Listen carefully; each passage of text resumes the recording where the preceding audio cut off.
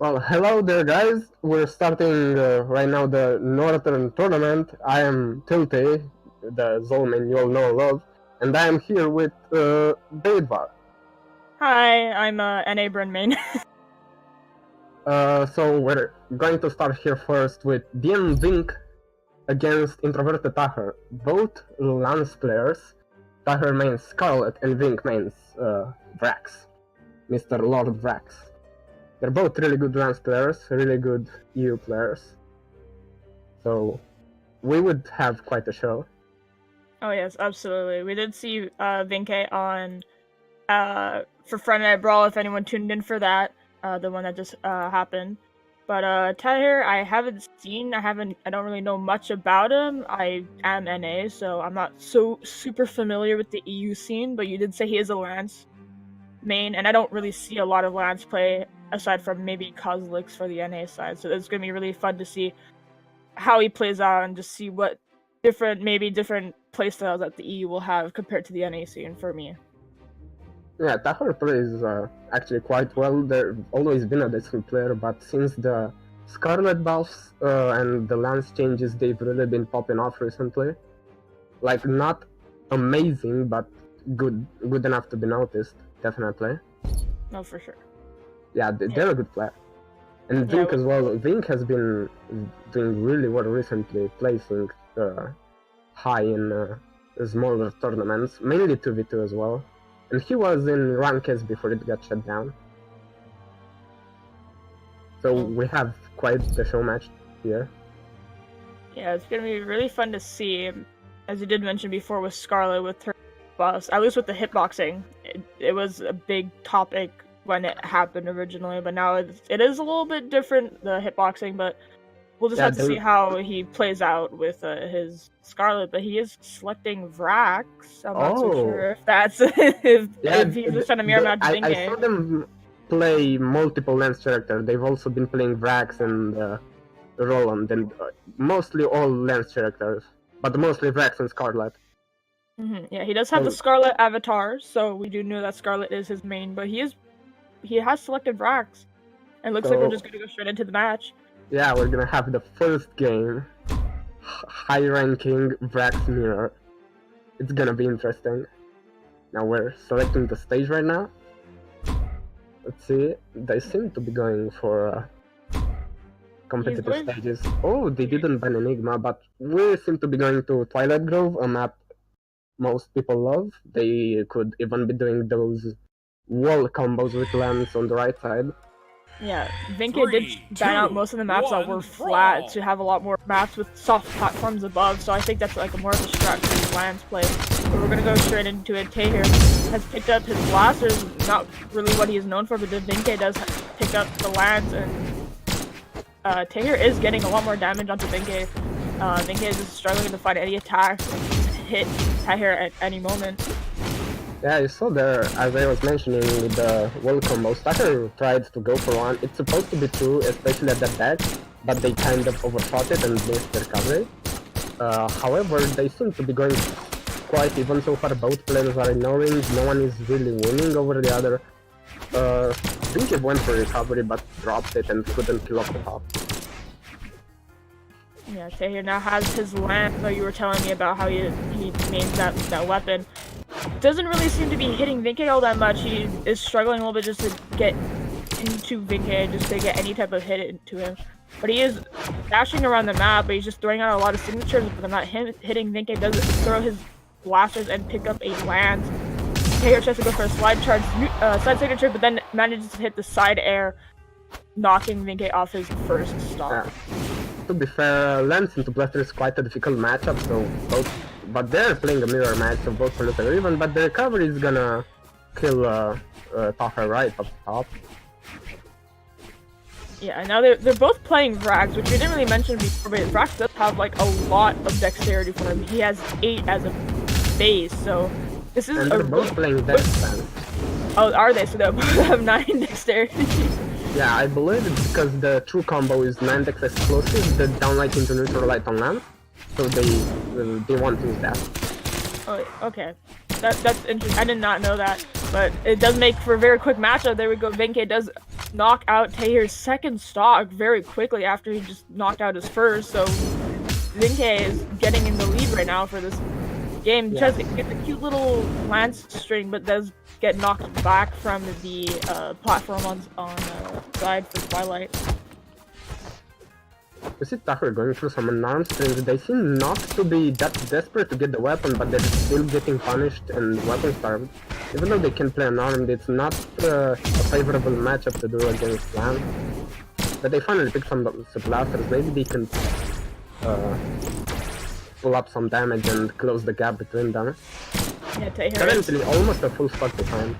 Yeah, Tahir is staying a little bit farther back, trying to get some distance between it as Blasters is a more longer range weapon. Vinke does get almost knocked him out, but Tahir gets saved by the platform on the side. Ooh. Vinke backdashes that side signature, but doesn't matter. Tahir does get knocked out. Vinke taking the first game of the set. Now, will we see a character swap from Tahir, or will he be going back to mirror match? I honestly think that their Scarlet is better, but I do not know how Scarlet would fare for them in the matchup against Vink, and especially against Vrak. Because Blasters would do well against Hammer as well, in my opinion. So, it's probably quite stressful for Tahir right now to pick something else than Vrax. Oh yeah, for sure. I would like to see the Scarlet, as we were talking about, or you were mentioning his Scarlet before. Oh, but he does great, man. Completely different from what you were telling me before. Yeah. The Lance main, he does have gauntlets and axe right now. The first, well, not the first crossover character, but the first character that's in the game from crossover. Yeah, gauntlets are considered a really good weapon now, and axe actually is a good counter pick to Lance. And the Rayman was buffed as well recently. Even if he was considered bad, they might have a chance. I haven't seen them play Rayman too much, but maybe they know something we don't. They definitely do if they picked Rayman just like this. Maybe it's just maybe because it's just a pick that's completely out of nowhere for him, because we do know him as a Lance main, that it might confuse Vinke just a little bit. I'm not so sure, but we are going to the Miami. last 3 maps were all flat maps, but seems like we're going to Miami Dome. A map with 2 soft platforms. As you said, Vinke likes soft platforms. 3, 2, quite definitely. 1, brawl! Yeah, we're gonna get right into it. Who's gonna get the weapon first? Tahir gets gauntlets. Gets a quick little, a few hits in. That's pretty good, as he needs to get into the lead if he this game, so he has a chance in the set. Vinke does get a few lance hits and even into the neutral signature, getting a lot more damage onto Tahir. Tahir is in the orange, and he's just trying to get as much damage onto Vinke as possible just to match up the health. And he's slowly getting there, but Vinke does drop his lance, pick up his blasters, hitting him a lot more than Tahir would want to have. Yeah, definitely. Ooh, but the side gravity cancel side save, quite interesting.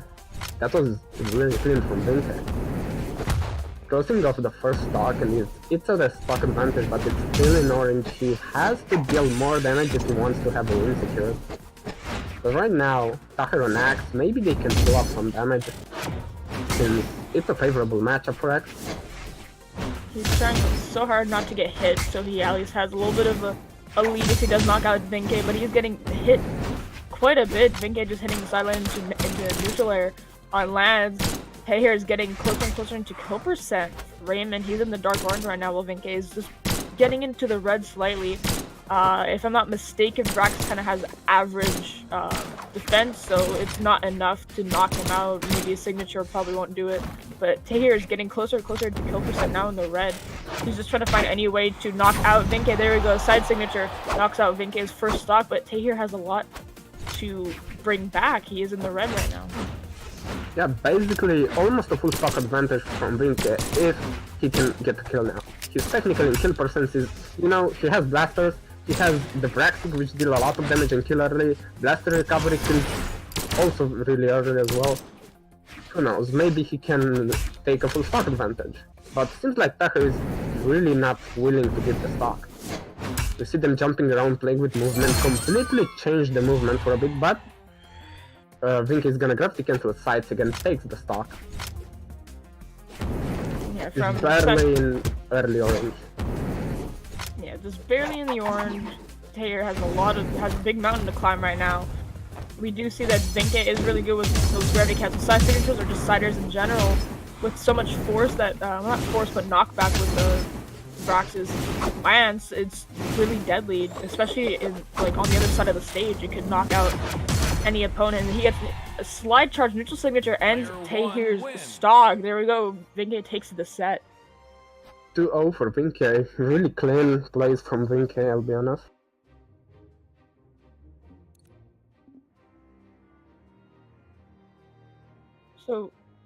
So it was kind of different seeing Tahir play on Raymond.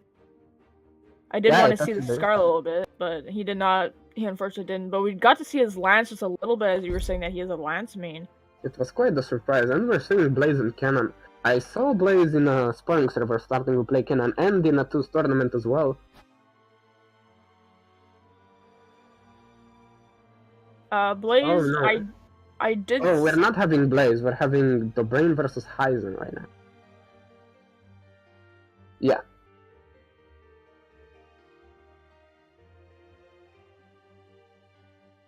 Yeah, we're going to be watching the Brain versus Heisen. Yeah. I've heard of the Brain. Yeah, one of the best U players by far. Yes, absolutely. But Heisen, I'm not so familiar. Me neither, I'll be honest. But I've heard of his name. I've seen him in a few tournaments. He should be put in upper side. Oh, never mind. Looks like Heisen is not currently here, so we're going to have Blaze versus Akno. Now, if I'm not mistaken, Blaze and Akno are actually 2v2 partners whenever they play in either in ranked 2s or in tournaments for 2s. They do play together, if I'm not mistaken. I could be wrong. I saw played them together a few times, yeah. Yeah. Blaze has been recently getting on that cannon, that Sphere, which is really quite interesting. He does it. He really plays cannon really well. I've played against it, and I've played with him. It's definitely one of the best cannons in U, I would say. And he picked it up just recently. Yeah, but, and you are a cannon main, aren't you? Yeah, I am a cannon main. I am one of the oldest U cannon mains. If we're talking in the high ranks, because I started playing it on day 1. And I'm quite glad to see that it's actually starting to get played more in tournaments. Yeah, it's interesting, because especially on the NA side, we usually only have 2 cannon players, which would be Starlight and Stevenator. I could be wrong, but that's only the ones that I recognize right off the bat. And with EU, I only know really much of you playing cannon. I'm not so sure about anyone else. We haven't had too many. We've had like 3, 4, 5, above 2300 elo. Coming right off, we have Cannon versus one of the 2 newest weapons. We're starting off into the game. Like you were mentioning, the 2 newest weapons. Akno is playing Scythe and excuse me, Orb. He is playing Faye right now. We did watch them. If anyone watched Friday Night Brawl, Akno and Blaze do have pretty big, like they're very good in both Cannon and Scythe. We did see him play a lot of Axe during 2s, so that's kind of a new strategy. I guess they're just more comfortable with Axe and 2s. But Blaze taking down Akno's first stock after Akno tried to overextend and knock out Blaze off the right side of the map. Did not work out very well. Yeah, we're seeing Blaze trying to weapon strike and throwing the sword away for a cannon, which is kind of unusual, honestly, from Sidra main, but it's really understanding. The Sidra antic is really powerful, but he overstands off stage and gets killed by side countdown. It's a very Let's see whether he can pick up the cannon again, because it's quite a good matchup for him. Gets punished for the dodge. Ooh, and is going to fall down. Bonks' head misses the edge of the platform just by a little bit. Unfortunately, it does lose his stock, so he is at a very big damage and stock deficit. He has to bring it back a lot, probably get a few cannon combos, maybe a cannon gimp off the side, as we can see that we've seen that cannon can do Yeah, this is where Kenna shine, playing from behind and coming back, building up a lot of damage. It has high DPS, it's definitely a burst weapon as well. He can go far. And yeah, he just closed the gap. He's barely in orange. Akno couldn't really do too much about it. He did close the gap. Their stocks are even, but he still has a little bit more damage built off onto him, so he can't get hit too much. As you saw, he was spacing out just a little bit. And we get the dodge read. We see him right there, trying to hit out of recovery with the gravity cancel, trying to read the forceful, but he unfortunately does not get it. It would have been, quite frankly, a 0 to that. It would have been cooler if we actually saw 0 to that. Yeah, Blaze quickly closing the gap that he had before, being in the deficit. Now Akno's in the deficit in the red, while Blaze just got a little bit more damage done to him at the beginning of his stock. He's still in orange right now. Akno getting closer and closer to kill percent, but he does have that scythe, so he can bring it back either with a ground pound or move him off stage onto the left side to just get a little bit of a scythe gimp and just push him away, farther and farther away from the stage, and just maintain stage control. But Akno does pick up the orb, trying to get as much damage as he can. Manages to get Blaze into the red.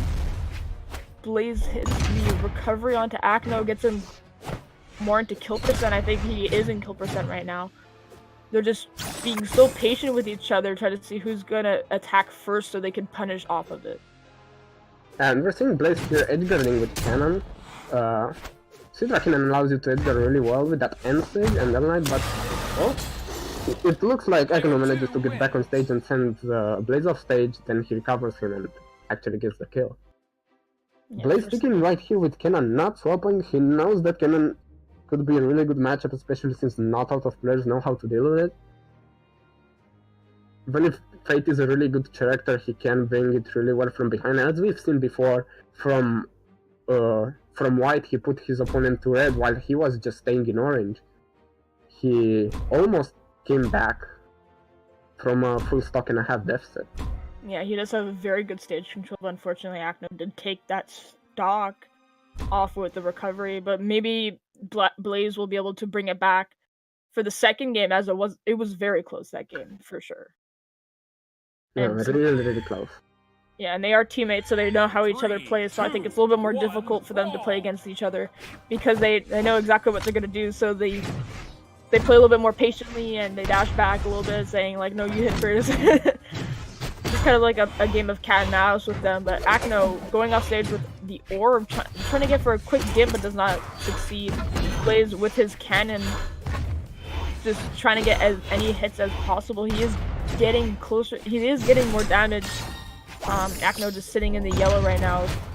Akno is definitely in the lead, and he's trying to capitalize on it at any chance he can get. He does have stage control for sure, but Blaze goes for the cannon gimp off the side, does not manage to knock him out, but gets him closer and closer into the red. Does make him lose a stock after he didn't count his jump. It doesn't matter because he gets gimped anyway. Yep. Was not able to touch the wall. Blaze still weapon starting, trying to juggle around cannons instead of swords. As he goes now, he manages to get back on the stage safely with that cannon side, which covers a lot of space. It's a really good tool for recovering. Oh, but Akno manages to get in there and take the stock, even though Sidra has an insane edgeguarding control. Akno somehow knows, like you said before, he knows how Blaze plays, he knows his cannon, so he probably knows how to deal with that specific thing and get back on the stage. Oh, we've seen Akno with really 6-string, almost side games Blaze right here. And did not, he managed to, he missed just barely the neutral air. I think that's what he was doing. He almost didn't make it back onto stage, but he was able to touch the soft platform on the left side. Blaze trying to maintain stage control, as he does have the upper hand if he's just on the stage. Akno throwing his weapon misses Blaze, and Blaze tries to capitalize off of it, trying to hit him a few times with his cannon, but not enough to get the neutral signature that he threw out. Akno picking up his orb. We have seen Akno do a lot of work before, but that doesn't matter. Blaze hits him with the recovery, knocking off into his last stock.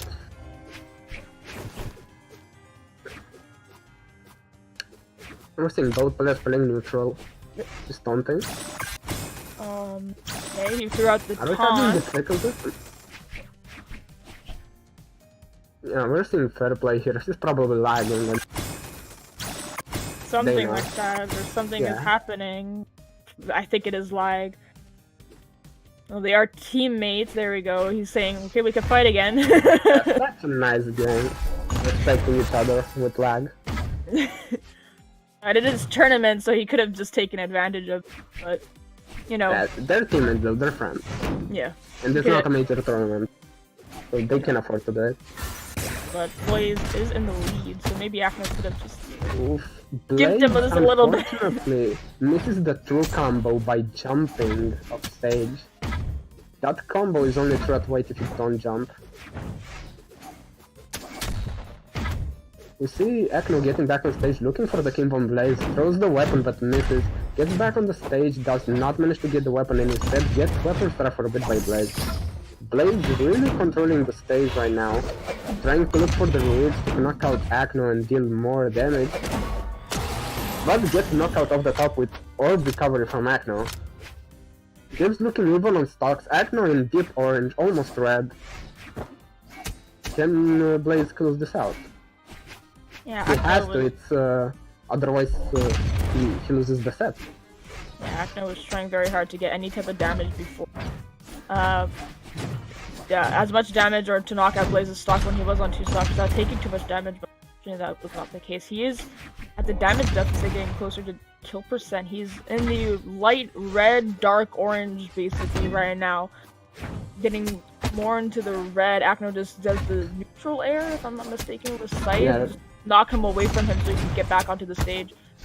He's just throwing him off the side, trying to get him to stay off the stage and just to give him a little of breather room. That's what he's doing. He's just jumping up and throwing out the neutral air, just trying to catch him. Definitely abusing that side AI in order to get his opponent off stage and maybe look for a cheat again in order to close the gap between them. Blaze with the weapon throw, and that's a game. That's a 1-1 for Blaze. He stays in the game. Yeah, there's a tight set right now. Saw Akno select Mordex for just a second. Maybe is that like a little bit of a pocket pick for him? It does have the scythe that is mirrored to Fate, so possibly. But he does have the gauntlets. We haven't seen him play gauntlets yet.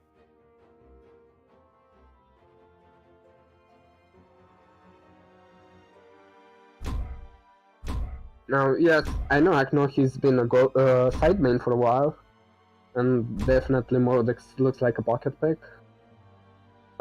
Mainly because Mordex has been a really good legend, but right now he swapped over to Fate because she's arguably better, and Orb is a newer weapon which not a lot of people know how to deal with, and it's really good as well. And we're going over to Small Mammoth. Let's see if Akno's Mordex pick manages to make a difference. Yeah. If I'm not mistaken, this is the first flat map that we're seeing so far in the tournament. I know we're just at the beginning, but we've been seeing a lot of maps with soft platforms everywhere. Yeah, this is probably the only map with a single soft platform which we've been playing right now. And we're seeing Blaze already weapon starving Akno, but he finally manages to get a weapon. Almost gets the dodge red. Really keeping the stage control, trying to keep Akno away so he can't really do anything. Yeah, Akno just trying to find any type of damage, but he's getting red and just thrown around the map with Blaze's cannon. Gets hit by a recovery and not enough to knock him out. He's just struggling to get the gauntlets, but the neutral signature knocks him out. Blaze barely damaged in the dark yellow at this point. Akno's just trying to get as much damage as possible, maybe trying to get his stock knocked off without taking too much damage right now, but he is thinking a little bit, making a little bit more calculated decisions with what's gonna happen, how he's gonna go about this stock. We saw him using that neutral sig in between attacks, and right now as well, but he got punished for it because Akno was on the stage. It's a really good move to throw in between attacks and just to create space between yourself and your opponent, and just puts a lot of pressure on everyone. Since you can have 2 hitboxes out at the same time, it's a really strong move and really scary. which is why we see Akno constantly cautious, just staying off stage, not approaching too much, being very slow about it, waiting for Blaze to make a mistake first. We see him throw Blaze off stage right now. Looks like not touch Blaze the wall? just fell. He did touch the wall, I think he just fell, maybe he's lagging. I'm not so... It's very strange. It does look like he's playing a little bit more strangely as if he was lagging, with just running around with picking up a weapon or even to try to attack Akno. He just missed Akno's stack. He's definitely lagging. Yeah, Akno just does a quick little safe combo up the top. Does not knock him out, does miss the neutral signature at the top, but Blaze trying to fight for his stocks right now, getting Akno closer to the same damage that he is right now. Akno getting wall slip and manages to make it back onto stage, throws Blaze off with the scythe down air, hits the ground pound. That's it for Blaze.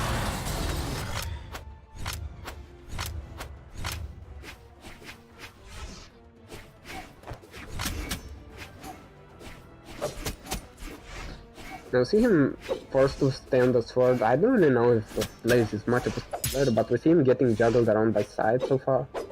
Agno really abusing spacing against Blaze. He looks like he managed to figure out the weak spot of his opponent. Blaze goes for that ground pound for a quick gimp off stage, but misses and gets gimped instead by Agno. Agno takes the game with a 2-1. Yeah, Akno does move on. Really unfortunate for Blaze. Yeah, Blaze can make it back in the losers run, that's for sure. But right now we're going to be moving on to Dobrain versus Hasten. We were talking about it before, before Akno and Blaze. But we are seeing Dobrain on the Mordex. Sorry, that skin really confuses me because it is a cat character, but it's on Mordex, who is a dog, so I just automatically think it would be a Suri. We do know that Dobrain is the Scythe main. He has been playing Fate and especially Mordex a lot, but he does play all Legends almost equally. He is one of the most knowledgeable players in the game. A really good player and has really good knowledge of the game. He's one of the players that picks up on the new stuff and calls them out if they are broken. We saw him recently with Fate. He instantly mained Fate on her release, a little bit after her release because she was so strong. And he's part of the reason why she got nerfed. That, including how we had, I think it was Grand Finals, we had double Fate on NA Boomy versus Sandstone. Yeah. Looks like we're going to Blackguard. Diana versus Mordex with that crossover skin. Both really good legends, both nerfed recently, but still pretty strong. Quite an overall decent stage. Let's see what they're going for. We see Diana pick up the blasters right away, building up a little bit of damage, but Dobrain manages to get the fight. Yeah, he is rocking that gold forged scythe, so it does show that he does know that weapon quite well. He is just jumping around trying to look for any type of entrance way into the blasters, trying not to get hit, and he was doing really well with that. Gets a quick, is that a scythe gimp? No, he's able to make it back onto the stage. Almost get killed by the Diana Grandpa, but then I just dodged through it. A really good time dodge from Dobrain. Yeah, Hyson is staying off stage a little bit more, giving Dobrain the stage control, but does make it back onto the stage. Hyson just thinking a little bit more rather than running in quickly and just doing any type of attacks. Does hit Dobrain with the down signature, and manages to gimp Dobrain off the side with 2 down airs and does taunts as he does take out Dobrain the first stock. I see him Diana going really well right now. But Dobrain manages to put some damage and put him in kill percent, almost gets the kill with that true combo, but not quite there. He needs a little bit more damage. He needed a little bit more damage, but the ground pound is gonna kill it. Quite a nice dash jump in the ground pound, really quick, couldn't react to it. Good play from Dobrain. It was just a very quick turnaround ground pound able to knock out his stock. He has a little bit of damage to him, but not enough where it would be worrying for Dobrain. He's jumping around, avoiding any of the blasts. His attack does get hit by the gravity type down light and the down air, but not much. Heisen does switch to the bow. Dobrain hits with a recovery. I see that neutral stick from Diana. It's really safe to even create a large bubble that just could gimp your opponent if he's not careful. He's probably going to look to use one right now. But Dobrain manages to get back on stage anyways, as he's being cautious, and unfortunately gets hit by the Ensig, like I said before, almost gets gimped, but he manages to get back, and now has the weapon advantage. Never mind. He actually gets killed by the neutral C right now. He's Dobrain is behind the stock. Yeah, I think Dobrain is a little bit more comfortable off stage, as we did see with his scythe before. He stays closer to the edge of the stage, wants to bring Heisen off the stage, maybe trying to get a gimp off the side or just to knock him out quickly, because Scythe can do that. If you're off the side with Scythe and you just do a certain type of combo, you can knock them off and get an early stock lead. So I think Dobrain is trying to do that. He's trying to bring him closer and closer to the edge. It's also really favorable against Bo, because Bo has really good stage control in neutral game, and you may not typically want to be on stage against Bo or Blasters, as they can cover the whole map if they are doing really well. But we see Dobrain closing on the stock with the neutral C coming from behind, he even the stocks, and is now weapon starting the Diana. We see a wake up neutral there, stopping Dobrain's rib. Quite unfortunate for Dobrain. We see Dobrain pushing him off stage, but nothing really happens. But he's playing neutral really well, looking for ribs. Dobrain trying to close damage. He's like waiting for Heisen to do any attack where he can just get a quick maybe neutral air or a side air with gauntlets. He's staying a little bit farther back, just keeping his space between him and Heisen. Heisen not really wanting to approach, wanting Dobrain to approach rather than him going for him. He does hit the down air, not down air, down light. Dobrain throws his gauntlets, picks up his scythe. Heisen weaponless. That's not looking good for him right now, as Dobrain does have his scythe. Dobrain still weapon starving him, trying to look for a way to close the stock. Whoever wins this, it's really close, they're both in red. Anyone could die. We saw him, Dana, going for grounded recoveries with another, really fishing them. They could kill Dobrain right now. And there they we go. did, just how I said. Caster's Curse! curse! For that. He tried to read, but the Dana unfortunately did even another recovery and got it. Yeah, and Dobrain is sticking with the Mordex. We do see Heisen selecting Cross. He did select Cross for the first game and then switch to Diana, so maybe he will be sticking to Cross. No, he is sticking with Diana. Now, Heisen and Dobrain just have 5 levels different from each legend. So Heisen has level 55 Diana, and Dobrain has level 60 Mordex. So the skill level, I would say, with an asterisk, is kind of close. In terms of legend plays. You mean the legend experience? Yeah. Now we're going right over to Twilight Girl. Really overall balanced map. We're seeing Diana pick up the blasters right away. Weapon starting Dobrain, but Dobrain quick with a small dodge read for an arm. Evens up the damage, and is actually in a small damage advantage right now. If he can keep this up, never mind. It looks like he's almost getting gimped, but not quite.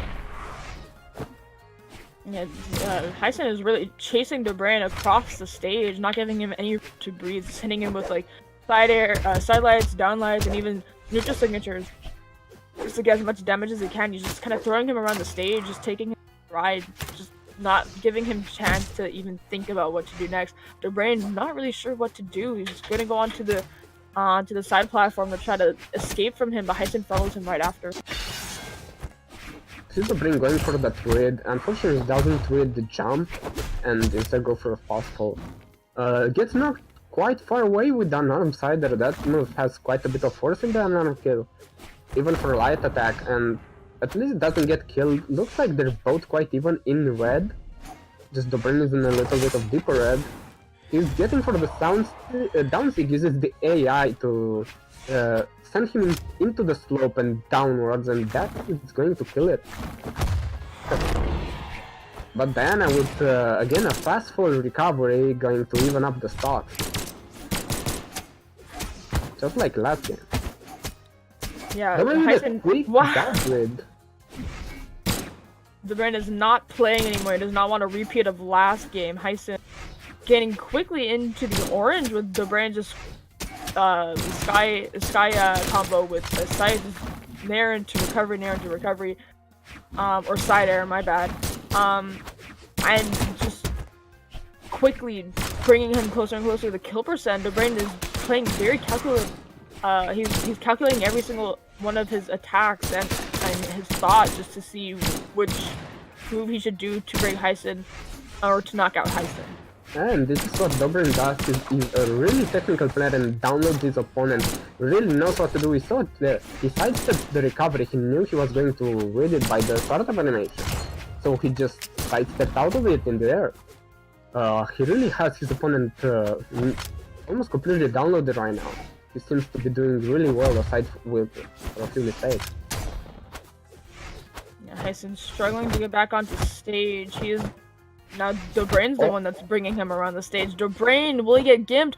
Yes, he will. Unfortunately, he does a gravity cancel neutral signature rather than a recovery. Yes, he probably died to a directional gravity cancel. It was quite unfortunate. Yeah, but he's trying to get Hyson knocked off his second stock, so they are equal stock. Yes, Hyson in deep read right now. All he needs is any signature or the grounded recovery. That's going to do it. He now has the weapon advantage, and the stocks are even, but he's quite a good gauntlet player. He might be able to do a lot of stuff here, especially since gauntlets into blasters are quite a favorable matchup. But Hyson is able to bring it back. We have seen him do really well with blasters, especially against Dobrain. So we're not gonna put any type of doubt onto Hyson. Even with his bow, he was able to bring Dobrain around the map and get him closer to get him into red, into kill percent. And there we go. He picks up his bow, hits a downlight into neutral signature, but the neutral signature doesn't hit, but hits a sidelight, hits another neutral signature. Dobrain almost getting gimped off stage, losing all of his jumps, manages to make it back to the side air. Hyson jumping around the stage, trying to find any type of entryway for Dobrain. I think Dobrain really needs the timer, but he cannot quite go and get it because the pressure from the bow is just too strong if he swaps weapon right now. He needs to maintain that neutral, and he's going to read.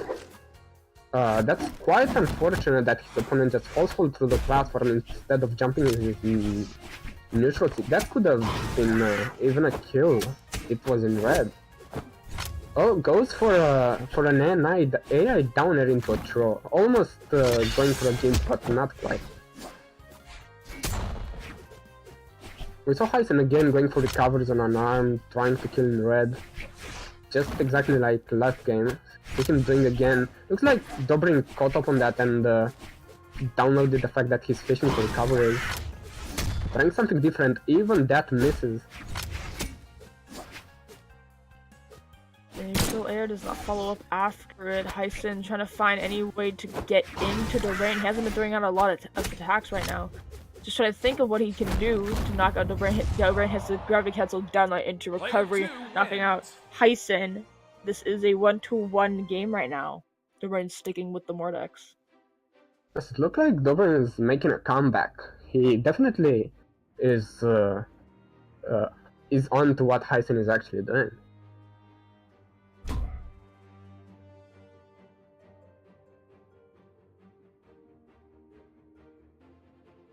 We see none of the players are swapping their characters, and seems like Hyson is thinking quite a bit to ban any maps.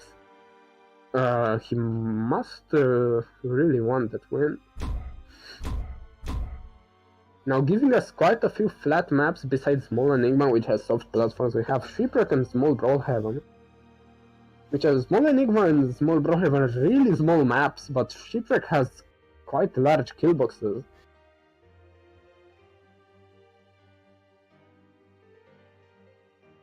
There's 3 maps left on the stage right now. There's something about ship ball. I'm gonna see where we're going to go. We're gonna go to Brawlhaven, which is a pretty small map, but it is a perfect size for 1v1. Yes, it is the smallest map in the game currently, has the smallest kill boxes, so we are probably gonna see a lot of early 3, kills. 2, Especially with 1, these brawl. signatures, they both have signatures that kill early or can guild really early. Now we see Dobrin right away with that side, gets it, but Heisen manages to pressure him off stage and he cannot get weapon strikes because of that. Yeah, we do see longer sides of the map, so players are able to grab on quickly. Heisen trying to go for the early gimp up the top, but does not manage to do it. Just one there into recovery, not enough to get as much damage to knock out Dobrin. Dobrin quickly recovering back from it. Heisen is in the damage lead right now, and he's bringing Dobrin closer to kill percent. Dobrin is in the red right now, but Heisen slowly arriving into orange. Dobrin's using weapon throw combos just to approach in with Heisen to range him with his bow. Dobrin does pick up gauntlets right now, tries to go for the quick down signature on gauntlets, does not hit. Heisen playing pretty passively, if I will say, just keeping his distance between him and Dobrin, trying to hit that down air, down light with bows just to get in to Dobrin, but Dobrin does hit the neutral light into recovery, barely misses the ground pound against Heisen off edge. Heisen trying to find any way to approach into Dobrin, but is not finding any hits. Now we saw both players are fishing for kills. We saw Dobrin trying to wait for a kill string, and Heisen tried for that downward recovery on unarmed. Oh, so did Dobrin try to hit the downward recovery, but unfortunately doesn't get the jump and gets killed by a sider off the edge. As I said earlier, this map is quite small and we're going to see early kills. Even if it was in deep red, sider on unarmed got force nerfed and doesn't really kill quite as well as before. We're seeing both players playing unarmed. Dobrin is behind with the stock, but Heisen is in deep red, so he could get killed by any kill move at this point. A quick whip string from Heisen puts up even more damage on Dobrin. Dobrin is in orange right now. He doesn't seem to connect any kind of attack, let alone kill attack. And and gets killed with the recovery of the top. A really early kill from the blasters. Dobrin behind 2 stocks, but manages to kill with another sider of the edge. A full stock behind with Dobrin. Is he going to be able to make a comeback? What do you think? I feel like he can if he gets a few quick gimps off the edge, especially with Scythe, like he just attempted to do right there. Maybe he could bring it back, but it's not looking very good for him. Heisen does have his blasters. We didn't see that he got a good blasters combo at the beginning of Dobrin's second stock. And there we go, downlight, gravity catches downlight to recovery. Heisen just has complete stage control over Dobrin. Dobrin doesn't know what to do, how to approach it to Heisen. Heisen hits the neutral signature. Dobrin hits the neutral air. Almost managed to get his the dodge situation. back. Yeah, he almost reverses the situation of stage with side, but we see Heisen being able to go back on the stage. Both players are quite red. We see Heisen trying to reach for a recovery and get the kill, but gets the kill anyways with a side even if he misses the recovery. Now we have 2-1 for Heisen. Heisen takes the set.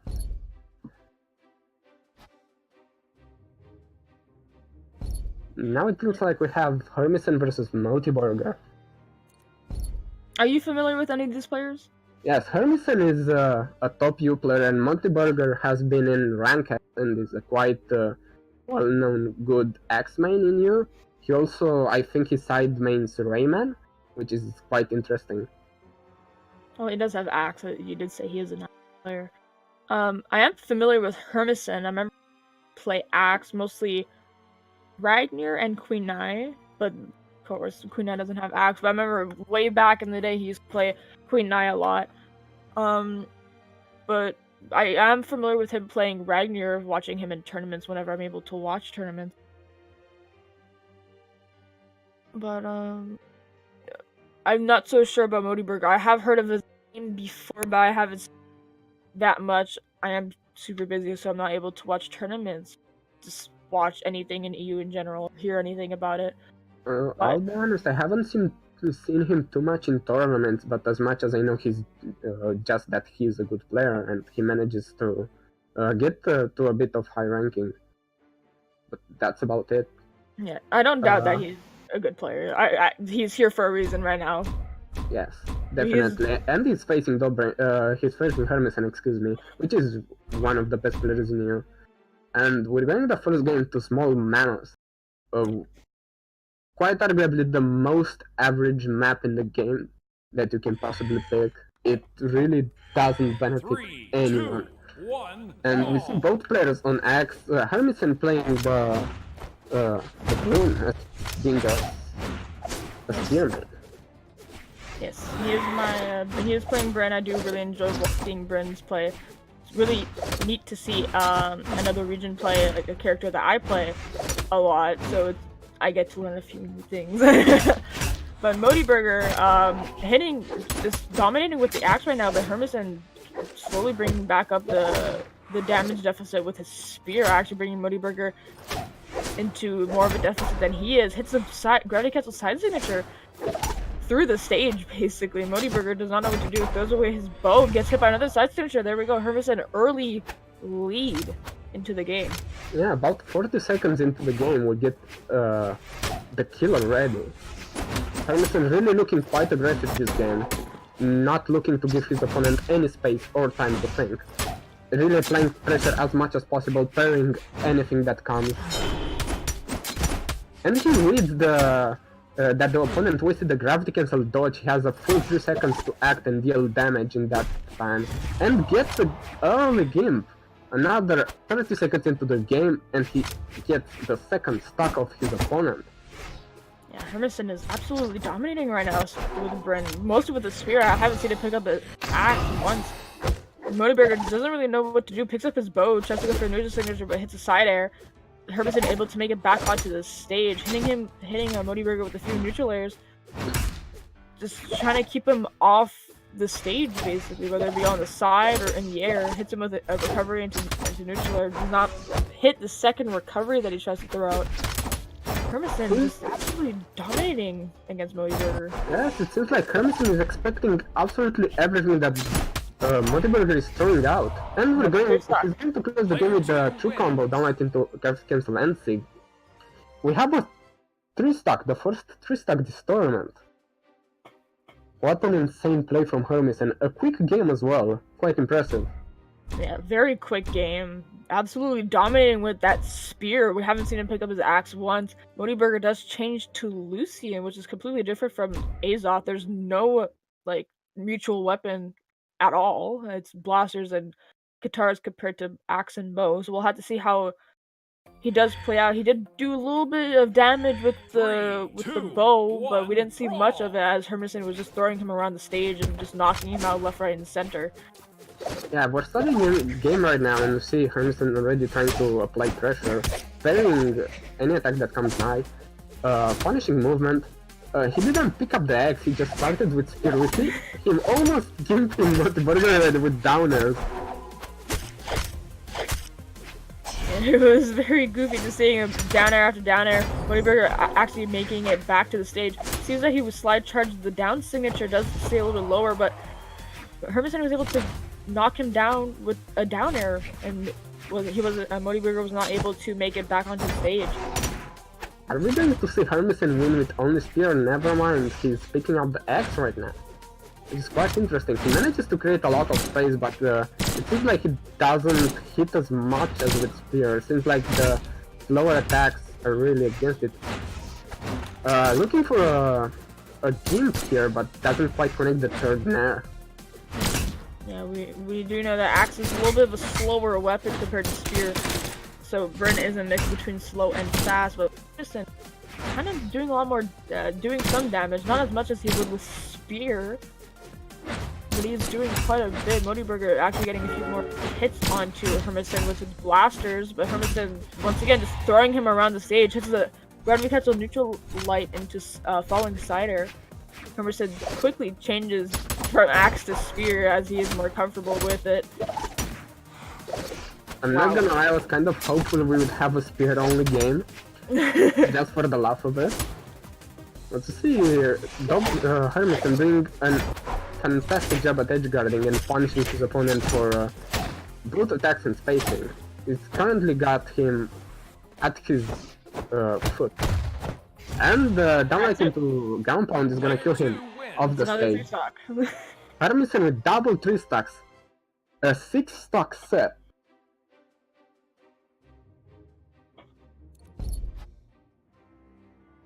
That was an absolutely insane set for Hermison. A 3-stock sweep for both games. Completely dominating with that Brin, so I'm like a loss for words. That was really good. Yeah, he's indeed an insane player. Maybe we'll see him win, who knows? Because I am aware Motiburger is a good player. He didn't just beat a random player that was trying to get practice in a tournament. He was beating a good EU player. Yeah, it could be that he just wasn't feeling it today, something. Yeah. It was just an off day for him. I'm sure he's a very good player. It's just that happens sometimes, especially for tournament. There could be tournament nerves being on stream. It could also be an unusual matchup or something similar like that. Things like this happen. Yeah. But this is why you play tournaments. You see them, you play, you improve. You get used to it. And who knows, maybe in the next time we'll see Hyson do quite really well and do the same to Hermison that Hermison did to him. Mm-hmm. Who knows, it could happen. Yeah, well, I wish luck for it. But we are going to be moving on to top 8 right now. We are Looks going to be like watching. we have DM Vinke against Hyson. Yes, we are in top 8 right now. We are in winners semi-final. First game of top 8 is not Hermison, my bad. Vinke versus Hyson.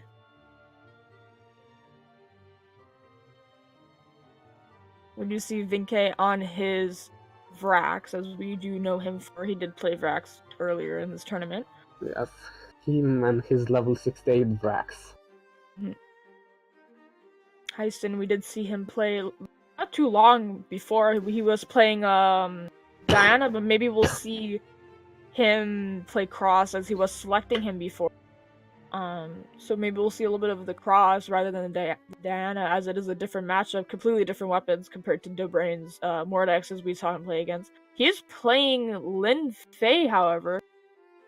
That's quite a surprising thing. To force Lin Fei as well. I'll be honest, Lin Fei doesn't really need that much force. The only problem would be killing at that point. Oh, wait. Yeah, he picked the wrong stats. He's going tech stance, probably for those Katars through combos. Yeah, it's almost the exact same stats as Vinke's Vrax. It's just that he has more speed compared to force. He has more speed and less force compared to Vrax, but the stats are almost identical. Yeah, the only difference is the weapons, realistically. Yeah. We're going to see how he fares well against Vrax. Cannon has quite a difficult time against both Blasters and Lance, but Kataras should be a good matchup at least against Blasters, even if not against Lance. We see Vinke immediately going for a Lance instead, not trying to start him as much as trying to force him to play against his Lance. Yeah, we do see Hyson with the Skyforge Katara, something we weren't seeing before. Bringing Vinke around the map, hits him with a neutral signature. Vinke is barely hitting Hyson. As I say that, he does manage to get a quick side air, down air combo onto Hyson, matching up his damage very quickly. Hyson throwing away his charge, bringing up the cannon. We did see cannon right before with Sidra, but we haven't really seen much of Lin Fei. Sidra is definitely the favorite competitive Cannon legendary, because of her Caesar just really good overall, and her stats are almost perfect for the weapon. But we see DM Vinke closing the first stock with the sider of the edge. And him sticking with Lance just shows that he knows the match and then he just wants to put as much pressure as possible on Hyson. Yeah, and we are on a map that does have soft platforms, that I mentioned in the first game that we saw of Vinke. How he does ban out maps that are more flat and have less soft platform. Will Vinke get knocked out? He will. Does not have enough of the recovery to make it back to the stage. Hyson in the orange though, he has quite a bit of a mountain to climb to fight Vinke, especially with his lance in hand.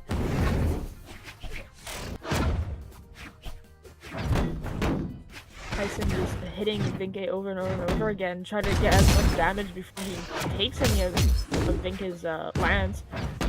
You see Hyson being really cautious and not trying to put too much pressure, even though he's going to be at a disadvantage if he does not place pressure. But with a quick read out of downlight, and he gets already a glimpse of Vinke, turning around the game and putting everything in his favor. Now, he's taking yeah, I see that he's taking the cannon, not trying to weaponize Vinke, but he's going to get knocked out fast. Yeah. Quick knockout with the blasters, and then he quickly throws away the blasters and picks up the lance. Vinke is a weapon starting Hyson. I guess if you want him to pick up the cannon or the guitars, Hyson was doing very well with both weapons before. Vinke is actually doing a very good job on weapon starving. He's managing to pick up the blasters, do a quick down air, and then pick up the lance again. Really controlling a lot of space with that lance, literally juggling his opponent around and reading, not allowing him to pick up the weapon without getting punished too much for it. Yeah, Hyson does back away and then approaches with a weapon toss into a sidelight. Vinke getting closer to kill percent. He is getting a little bit nervous, does not manage to pick up the weapon back up. Hyson picks up his cannon, maybe he's able to capitalize off of that. Hits him with 2 recoveries and misses the 3rd. Vinke picks up his lance. Hyson trying to find any way to approach into Vinke without taking too much damage. Gets hit by just the clip end of the down signature, gets thrown off to the left side of the stage. Yeah, we see him suffering from an barely low defense on Menfei, that 4 defense that really hurt him against a high force legend. Well, high force on his saves, I mean. They really knock out far, and quite early, surprisingly. Now I see him banning Twilight Grove straight away. He does not want that wage against Vinke again. He's choosing more flat maps against Vinke. He realized that he does not want to play with soft platforms. And we'll see, Vinke is gonna pick between Mammoth Fortress and Shipwreck Falls. And we're going straight to Mammoth Fortress, at least it has a soft platform. Yeah. The only map with a soft platform is a flat map. Well, technically Thunderguard had one, but nobody likes Thunderguard. 3, 2, 1. No one likes the shenanigans zone, that's for sure. He's going right away. Hyson manages to pick up the weapon first, but Vinke gets his land. He really knows how to get away from those basic reads, and manages to build up damage against him, even though he was behind in the first second of the game.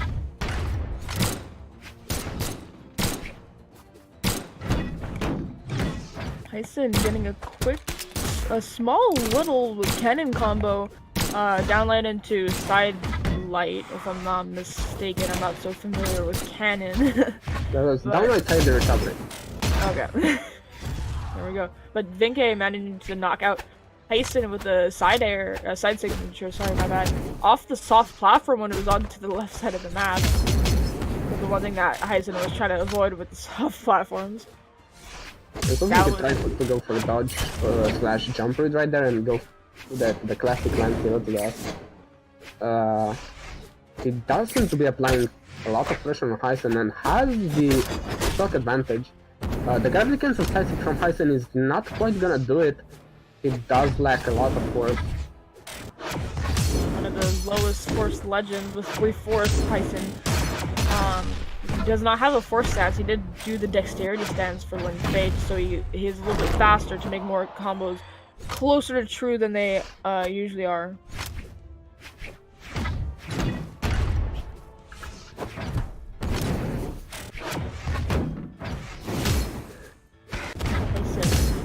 Trying to bring it back, using the damage deficit in the red. Vinke in the just barely yellow, hasn't been hit that much.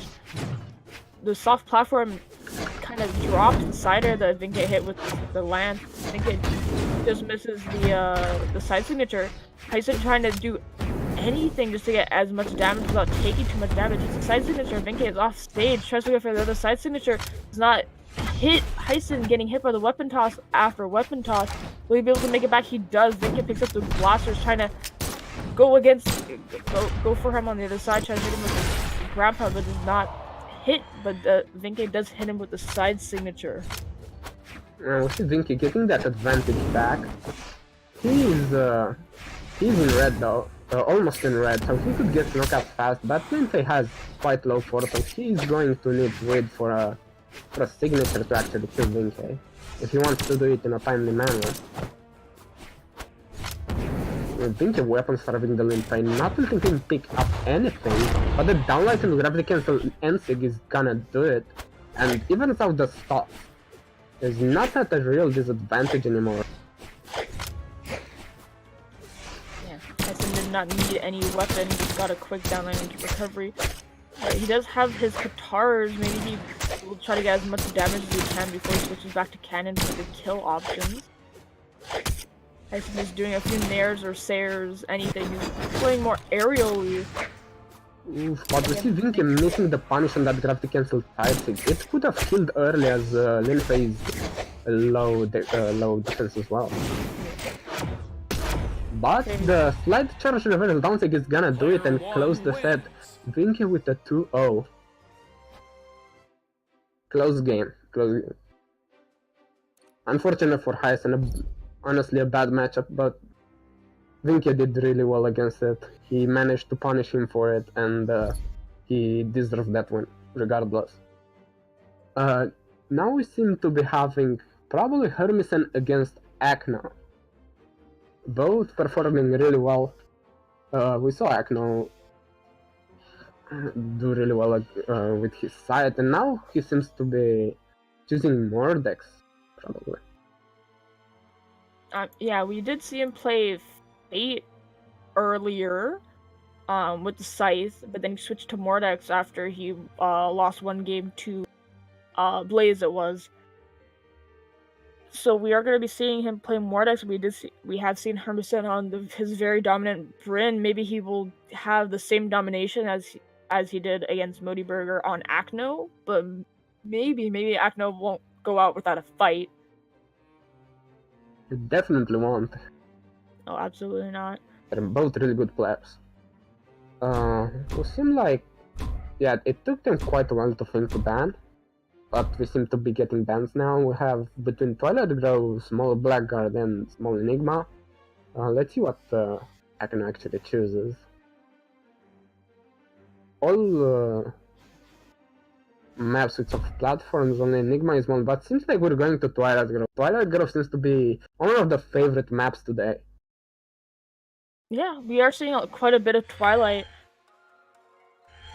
3, 2, honestly, one of my favorite maps as well. It's really fun to use the wall combos. We're starting right away, though, with Akno getting a quick Gauntlet punish for double graphic cancel, and gets a 2 combo as well. Throws Hermisen off stage, but doesn't do much more than that. Hermisen is a damage disadvantage, but he manages to keep the space and apply enough pressure not to get attacked too much by the Mordex. Yeah. Hermisen was keeping stage control off the edge with Spear. Akno getting a little bit of a gauntlet combo, but Hermisen picks up the axe, does 2 dares, was not able to match the 3rd. Missing a few dares, trying to get a quick get off the side with those axe dares, but misses a few of them. Back onto the stage, Hermisen picks up his spear. Maybe we'll be a little bit more comfortable on stage with his spear. Akno getting hit by just the clip end of the down signature on spear, but Hermisen picks up the axe again. It's very easy to underestimate that downsig, especially since it has so many active frames. You would just expect it to be into recovery at that point. But we see downer into recovery, closes off the stock. Hermisen with the advantage, but he is in red. He could even die to none right now, as we see Akno trying to hit some recoveries. Unfortunately, he doesn't hit any of them. Hermisen knows it. There we go. 7 into recovery does end Hermisen's stock. As you said, he was fishing for those recoveries. Does manage to hit finally one of them, ending stock. Hermanson did get a sidelight of damage, and now is getting quite a bit of damage with an axe, just throwing him around the stage. Agno finally hitting Hermanson with ground pound, but is that enough? Hermanson keep going for down airs. Wow, the neutral signature just barely pushes him past the corner of the small platform on the side. Manages to knock him out. Agno is... We see him doing just as dominant with his axe as he was with his spear. Maybe it's just a matchup thing against certain players or certain weapons, but he does seem to be doing really well. Going off stage now, looking for a game, but doesn't quite land it. Neither does he the read, and gets punished for it. Sense of stage, but not gimped. Yeah, you're saying how it might be just a matchup thing, which is absolutely a possibility, especially because you said before he was doing a lot better with axe than he is with spear right now. We did see him really dominate against Nutty Burger with his spear, but now he's doing a lot more damage with his axe than he is with spear against Acno. So it's absolutely probably just a matchup thing. As we see both players trying to break neutral, not being too successful about it, but as I say that now the Mordex finally managed to punish Hermison for some movement errors. Gets a reverse downer with AI, Nair again trying to connect for a side game but doesn't quite manage to land the second hit. Hermison punishing the Mordex for poor spacing.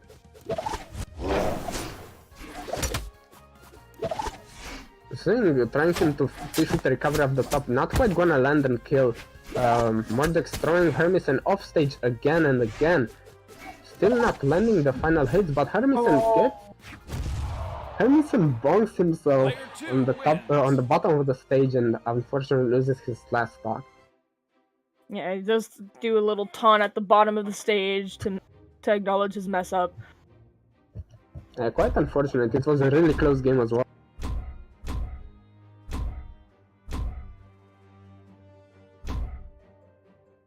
And we're going back to Twilight Grove. Yeah, now run back. Yeah, it really looks like a map they want to play on. 3, 2, even if you lost on it. Brawl.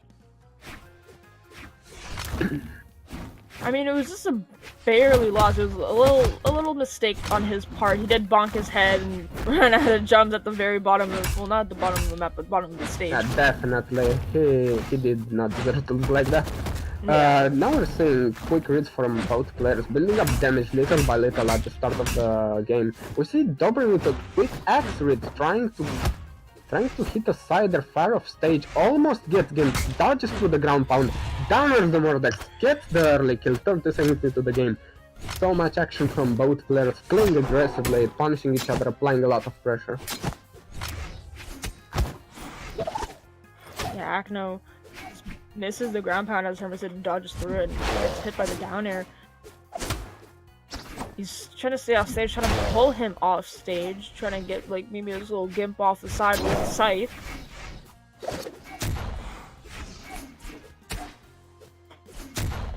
And there we go, gets a side air. Yes. Yes. Scythe does kind of confuse me a little bit with the attack, so. But he does get the side air, does knock out Hermison. Stocks are even, damage is pretty even right now. Acno's trying to just even up the damage a little bit, but Hermison hitting him with the 3-hit axe combo. Acno bringing him off the side, almost gimps him off the side, but doesn't, just barely misses the final hit.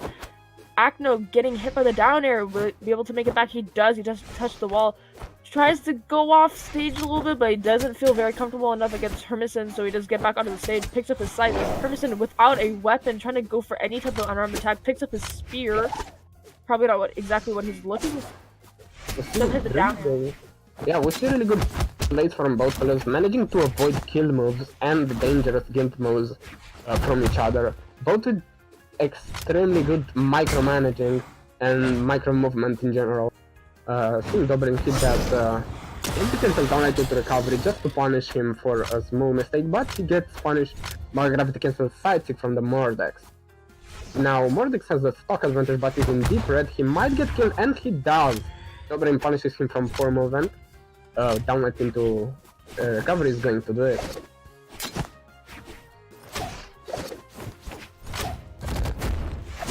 Hermanson with his spear, probably not exactly what he wants. Acno hitting a good gauntlet combo with ground pound. My bad. Almost bringing Hermanson back into the orange, giving him quite the lead. Hermanson is fighting for his spot right now. This is best of 3, and he is down a game after he bonked his head at last game. So he's just trying to get as much damage as he can, maybe knock out Acno to stay in the set. Tries to hit for the side signature, does not hit. Acno trying going for the neutral signature, does not hit as well. Acno off stage. Hermanson loses his spear. He's just trying so hard just to stay in the game still. Picks up another spear. I think he's still looking for an axis for quick hits. Gets hit by the side signature. That's it. Hermanson gets knocked down into loses Acno, winning the set 2-0 against Hermanson. Yeah, quite unfortunate for Hermanson, but really played from both players. Really well played from both players. They both did really well. Looks like up next we're having Pom against Fizz. Yes, we are. Oh, we haven't seen these people play today yet. Oh. We saw Pom beat Doberin with a 2-0 in losers bracket right now, and Fizz is also a good EU player. He just got, I believe, top 8 in the last tournament. He did it in Friday Night Brawl. Yeah, in Friday Night Brawl. I mean. From what I've seen of Fizz, he plays extremely well. He does have the Canadian flag, so just repping me just a little bit. We see Pom join the lobby, and he does automatically suck Barraza. That's quite a strange pick, because we don't see a lot of people play Barraza.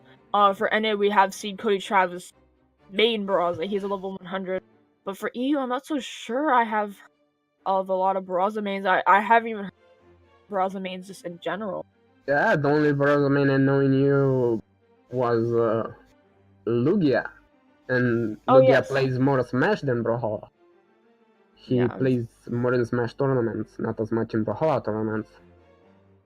Yeah, and we do see Fizz on the Ragnar.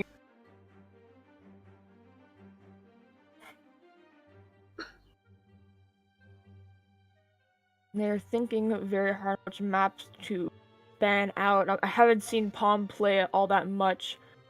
Pom is a really good Blasters man. Yeah, I'm thinking he might want to go for maps with platforms, as Barraza does have the neutral signature on both of his weapons that can hit pretty well, and there's also the axe with the down light. And as we say that Fizz already bans the maps with the most soft platforms. Yeah, there we go. He's banning them all out. Fizz actually bans out Thunderguard, which is one of the more flat maps, but does have the soft platform, as you mentioned, middle. I guess he just doesn't really like Thunderguard, so he's not gonna get that chance. Yeah, and we're gonna end up playing on small maps. Definitely one of the favorite maps as well. Really average for everyone. Start of the game, Fizz picks up the stars already, hitting Pom, trying to apply some pressure. Fizz with the matchup advantage right here, trying to look for a quick hit, hits the nairs, but gets hit by Pom's recovery, and he does not manage to touch and loses his first stock. Just barely hitting Fizz. Fizz is barely in the yellow. Like, just that's not looking good for him. Pom that does have a lot to bring back. He has to get as much damage as possible, maybe even knocking out Fizz's stock so they could at least get a stock matchup. Pom is doing a little bit of work with his axe, but not enough to get as much damage. He's also getting hit by Fizz. Fizz hitting him with sidelight, downlight, and almost hitting him with the neutral signature. Pom's just trying to do anything he can just to get any damage or to knock out Fizz right now.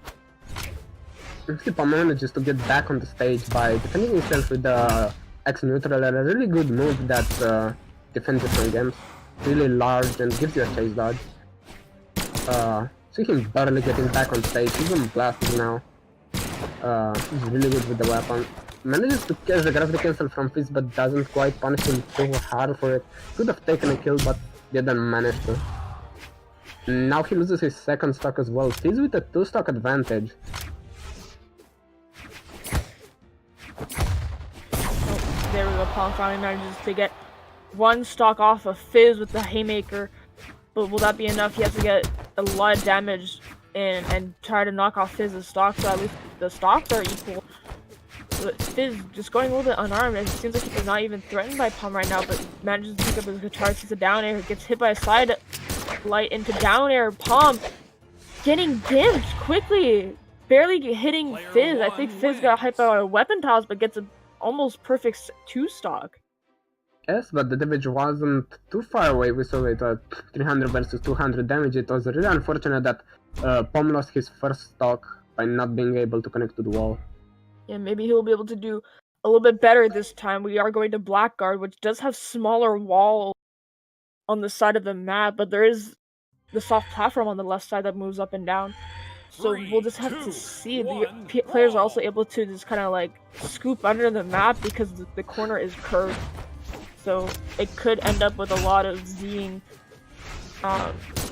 for the players. But Palm picking up his blaster, not dying quickly off of spawn. Trying to get as much damage as he can to Fizz, is hitting him Axe, and Palm is hitting Fizz. So he has... Yeah, we see both players going quite even. Just Fizz finally manages to build up a lot more damage than before. Putting Palm in orange right now is barely being in light yellow. Knocks Palm off stage. Palm is in red. He looks for that light charge dancing. Not quite gonna do it, but the Qatar Cider are going to gimp Palm, and that takes the first stock of the game. 40 seconds in the lane. Yeah, he does. He did have a little bit more damage on Fizz than last game for the first stock, but still not enough. He has to get a lot more damage if he wants to potentially take this game. Palm getting more damage done onto him. Fizz is just dominating with those Qatars right now, just bringing him around the stage. Braza does have 8 defense, but looking like nothing against Fizz's Ragnar. Gets hit by a side air. That's it, and the weapon toss just to add insult to injury hits Palm off the edge. Fizz is in the dark yellow, almost orange right now. He's starting to look really bad for Palm. Is the last game of the set, and he's losing 3-1 stocks. Ragnar is trying to connect with the raid, but doesn't quite get it. Palm getting with the downlight recovery doesn't kill off the top. As he wasn't in red, he was barely in deep orange. But the gravity cancel size is going to do it. Finally takes off the first stock off of Fizz, and is just at 1 stock with advantage right now. He does manage to get 1 stock off, trying to do as much damage as he can with those blasters.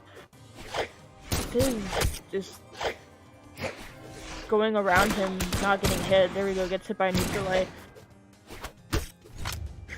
He's using his weapon tosses to approach into Palm when Palm kind of steps back to take a breather and to get a little bit more space between his attacks.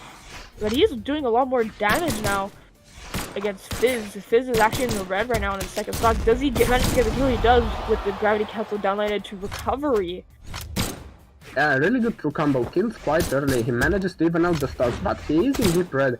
Almost any kill move from Fizz is now going to kill him. He has to be really cautious if he wants to stay in the game. He gets knocked off stage. Does touch the wall. Now he hits the recovery, gets back on the stage with that nair as well. Protects him from Fizz's ground pound. Gets a raid, builds up more damage on Fizz. Fizz now in orange, but the gravity cancel downlight into recovery is going to kill him. And Fizz takes the set with a 2-0. Yeah, I feel like Fizz was getting a little bit more too comfortable after the last game against Palm. So he didn't, I don't want to say try as much, but he kind of took a step back just to relax a little bit. But he was getting a lot of damage, so he just had to say, I got to finish this quickly. So he does the downlane into recovery against Palm. Unfortunately, Palm goes down 2-0. Did work out for him. It looked like he was more like took a step back to stop and focus on what he can do to actually close out the game as fast as possible, and he managed to find it. We're going to have up next Hyson against Blaze right now. Yeah, we have seen these people before. We have seen Hyson go as Lin Fei, which is a pick that we weren't used to seeing, or we haven't seen at all. Really, it was kind of out of left field for him. His Lin Fei was level 9. Yeah. But he did play really well with Lin Fei, especially with Cannon. But we did also see Blaze before. He was playing. Who was playing? I'm blanking right now. Oh, I don't exactly remember. Oh, he was also playing a Cannon. He was playing. Yeah, Syndra. he was playing Sidra. Maybe we're going to see Hyson pick up something else, something more favorable for him, as he's in the loser side of the tournament. Blaze is probably going to stick with Sidra, as she's a really good character. Yeah, we are seeing Hyson pick Thor. He has a level 3 Thor. Maybe he's just trolling, waiting for Blaze to come. He's trying to pick like character picks that people aren't used to, I guess. We haven't been seeing a lot of. Was banned from tournaments for a little bit as he was a new legend, but now he is allowed in tournaments. Yeah, that is fair. We've also seen only one orb today. What we haven't seen though was, I believe, Hammer. As we had Taher, which was Lance Scarlet main, but they did not pick Hammer. You're right. You're absolutely right. Yeah, Because we haven't of seen the Hammer matchup. today. Yeah, we haven't seen any Hammer. It's definitely not that unpopular of a weapon, but it seems like Hyson is picking Hammer now if he decides to go through with the Thor pick. Yeah, I think Hammer is the only legend weapon that we haven't seen yet today. We've seen Cannon, we've seen Blaster's bow, axe, sword, spear, gauntlets, katars, yeah. We've seen everything. Yeah, Hammer's the only one that we haven't seen yet, so Thor, Hyzen's is the first one we're gonna see.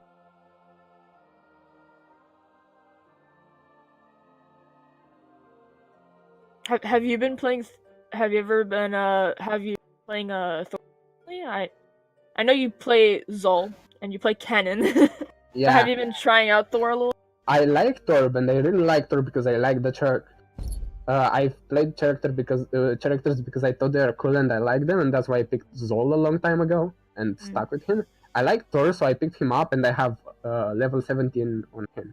I think I got level 17 like 2 weeks ago on him. I just haven't played that much Brawlhalla recently.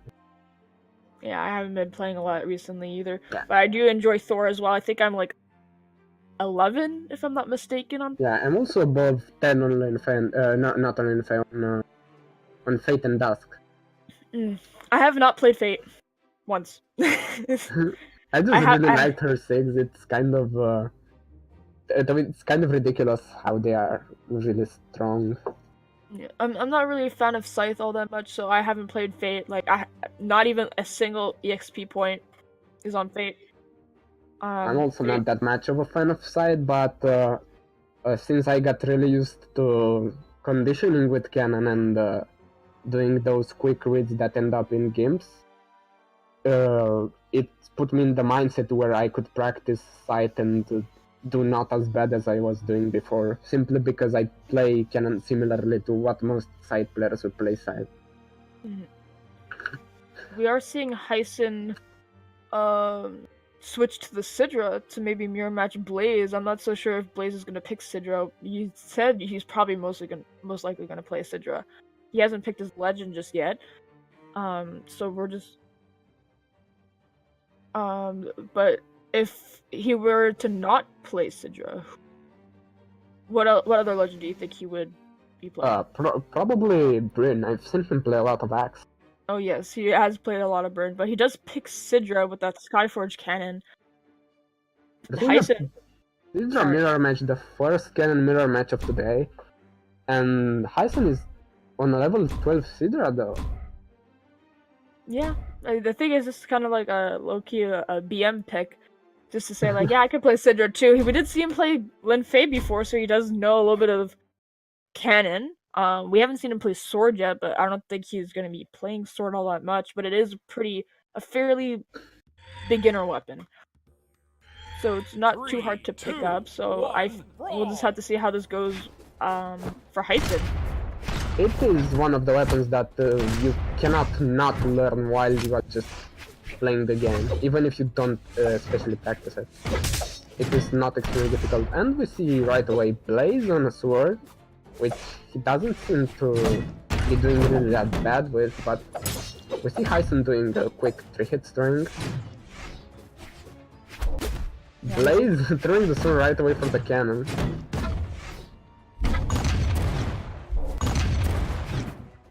Blaze is not really finding any way to approach him to Hyson. Hyson seems to be having most stage control right now. Blaze doesn't really know what to do, but manages to get a good combo off of him. But Hyson hits him with a down air into ground pound and knocking off Blaze's first stock. But Hyson is in orange right now, so he's not super far ahead of Blaze. Blaze could probably bring it back a lot. He does have his sword right now. Yeah, this is the beauty of Kenner, how easily it can come back from behind if you play it really well. And we see Hyson really abusing that end sig, and the fact that he can throw out 2 hitboxes at the same time, it makes it really safe to space out with and push pressure onto your opponent. Blaze hitting the downlight into Nair combo to kill, but doesn't really manage to kill quite yet. It doesn't kill as early as people would expect, but raw Nair is going to do it, evening up the stocks.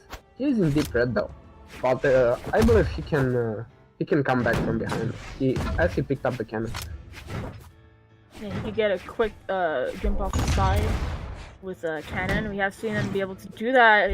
The problem with him is actually finishing it. He can bring him all the way to the side of the map, but he just he's not able to finish off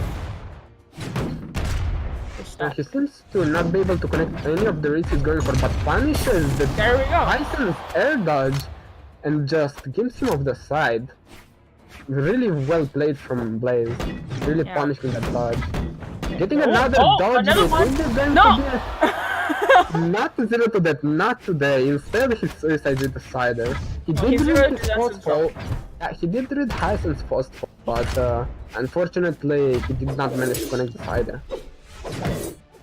Yeah, he does manage to 0 to death himself, unfortunately, bringing him all the way out to the side of the map. Well, at least he was in red. He did not lose a lot.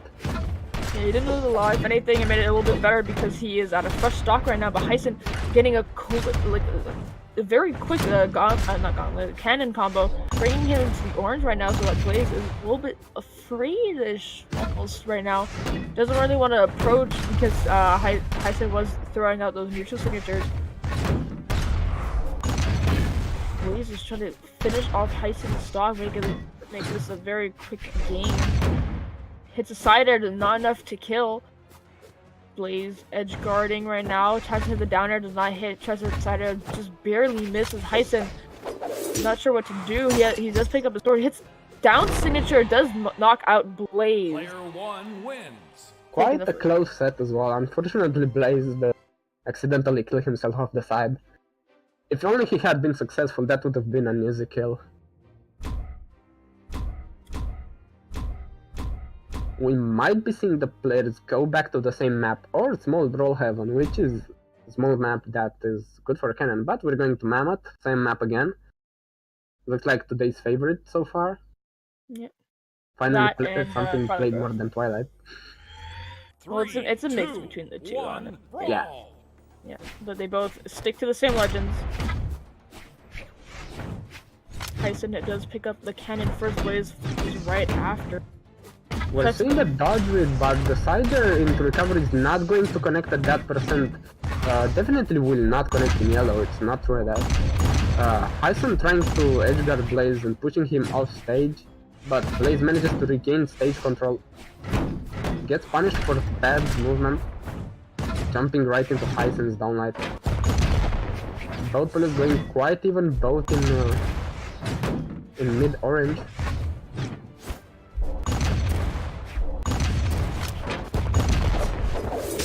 Throwing out those neutral signatures, but Blaze is just jumping over them. He sees that they are coming out, and it is very quick signature, but there is a lot of splash damage when the cannon explodes, so Blaze is able to jump around it just so he doesn't get hit. Hyson hitting him with 3 nairs in a row right now. Does not Sword Nair knock him out. it's a really strong move, and was maybe fishing for kills. Doesn't quite connect the last Nair. Pushes Blaze off stage. Blaze manages to fall under the weapon, uses the down stick to touch the wall. Doesn't really do much more than that. You see Hyson trying to hit a recovery, looking for any kill option, and the third one is finally going to hit. First stock goes to Hyson.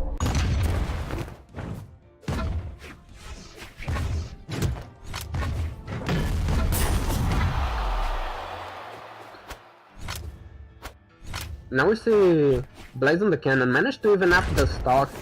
Top player is going really even right now. Hyson picked Sidra especially, probably to show Blaze that he can also play Sidra. And looks like he manages so far to actually beat him at it. Even though he's much lower level than Blaze, Blaze is making the true combo and getting punished for it. Hyson hitting Blaze with that dash hold sider of the edge, killing. Oh, Hyson going under the map makes it back to the side, but that was very quickly scary. We didn't want another permissive situation where he bonks his head on the bottom of the map. Blaze is trying to find any type of hit. He is doing a very good job of not getting a hit. He's bringing Hyson into the orange, hits him with a sider, not able to hit him with the recovery. Blaze having complete stage control right now against Hyson. Hyson makes it back onto stage, hits him with a sider. Blaze gets hit for the first time this stock, hits him with a neutral air. Blaze just has complete control over Hyson right now with his hand and hits the neutral submission and that knocks him out. Yes, and as I said, Cannon plays really well from behind. Blaze manages to come back an entire stock that he had, he was a disadvantage at. Really doing well against Hyson and applying that pressure very well.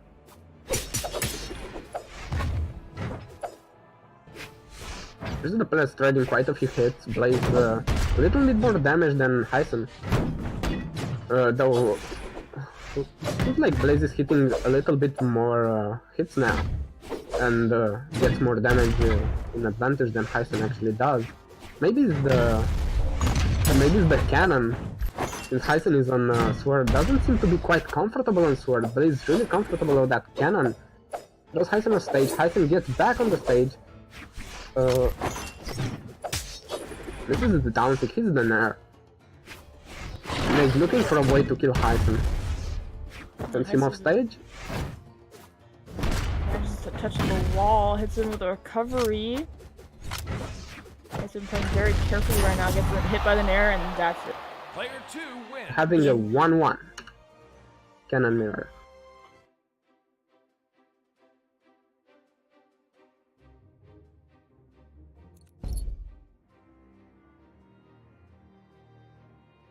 We're gonna see Hyson change legend. Or is he gonna stick with the mirror match against Blaze?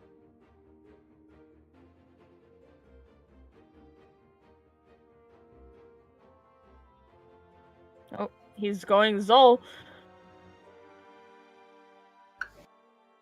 Yes, I'm very happy that 10 for us is all. Really asserting his dominance above Blaze. So I can tell you're gonna be voting for Hyson right now because he is playing Zol. We're finally seeing a Zol today. Yeah, he's playing the skin I bought for Zol when I main Zol for a day. That's $7 that I'll never get back. Yeah, going to Blackrock. Quite an advantageous map for Zol, as he can just slide charge those downs against side sigs. They're really good for his sigs.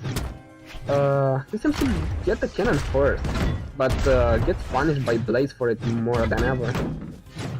Blaze gets a quick string, but he fails the read.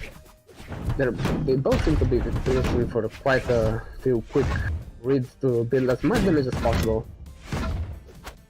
Though not much is connected outside of 2 hits or 3 at a time.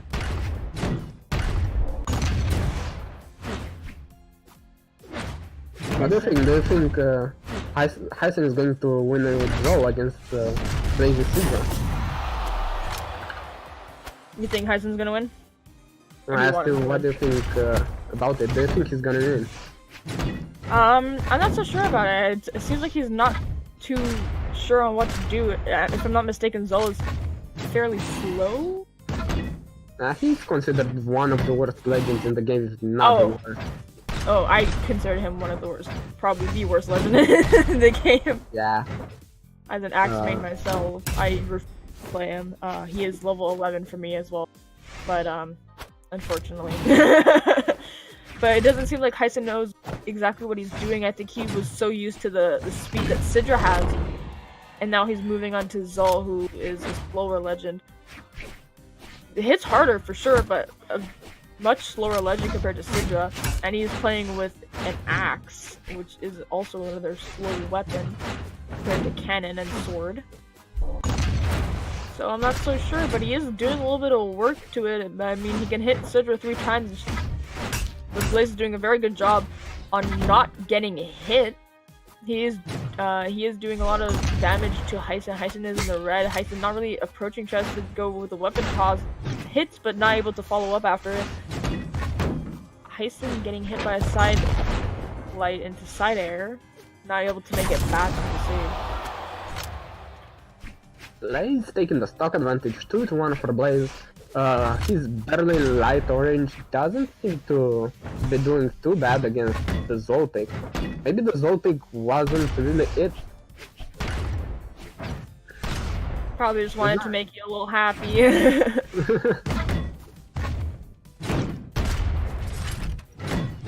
Go for the, what signature is that? That was the neutral sig, the trap, right? Yes. And a neutral sig. Blaze goes around the map to get away from Heisen's axe.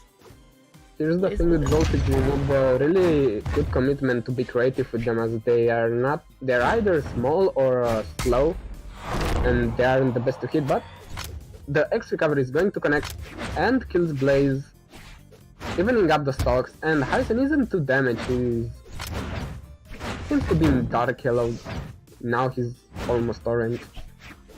Not too bad of a situation. If he can come back, he might be able to do this. But as I say that, he gets thrown off stage and Blaze is going to kill him with the ground pound. Really good edge guarding from Blaze. 2-1 for Blaze. The Zolpic didn't do it. Feels bad, man.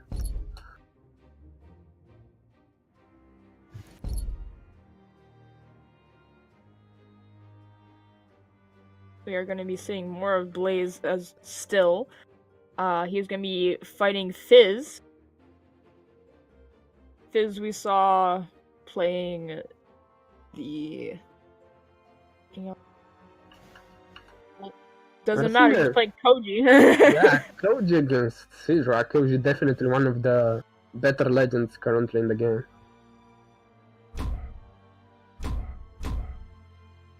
Yes, he's a very fast legend, especially with both the weapons that he has, bow and sword. Fizz does take off a little bit of dexterity to give for defense, so he does have 5 defense compared to 4. So he is a little bit more tankier to an extent.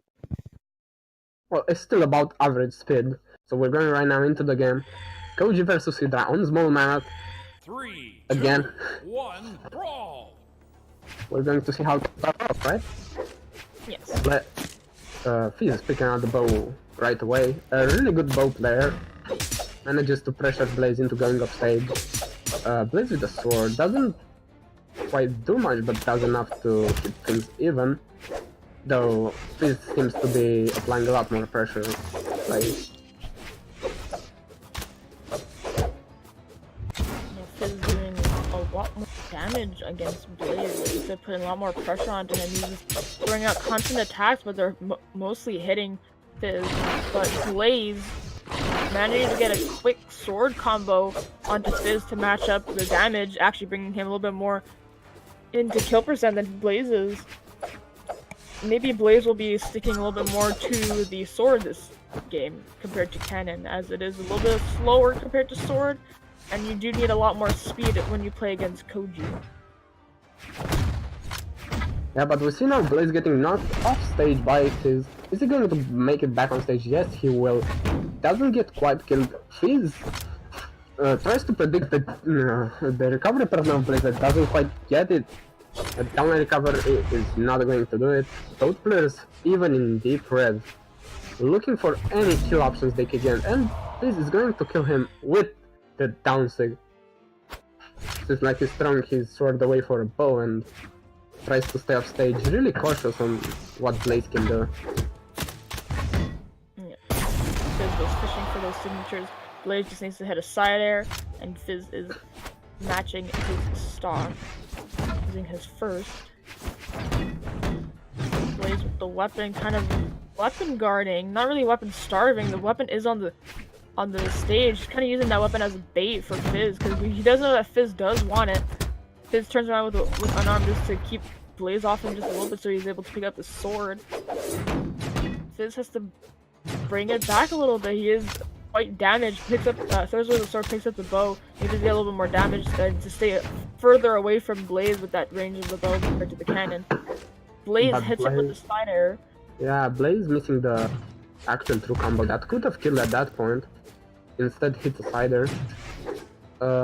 Looks like Blaze keeps his pressure and momentum quite well. But Fizz might be able to come back, as bow is a really good matchup so far for Cannon, against Cannon. So who knows, he might be able to take it back completely. The downlight into neutral from Blaze is going to connect and kills. Blaze right now in deep orange, almost red, still has the stock advantage though. Goes for it, doesn't quite connect it. And the side sig of the side from Fizz is going to connect and even up the stocks. Fizz is barely in light yellow. This game could be anyone's. Yeah, he is matching up the damage very quickly against Blaze.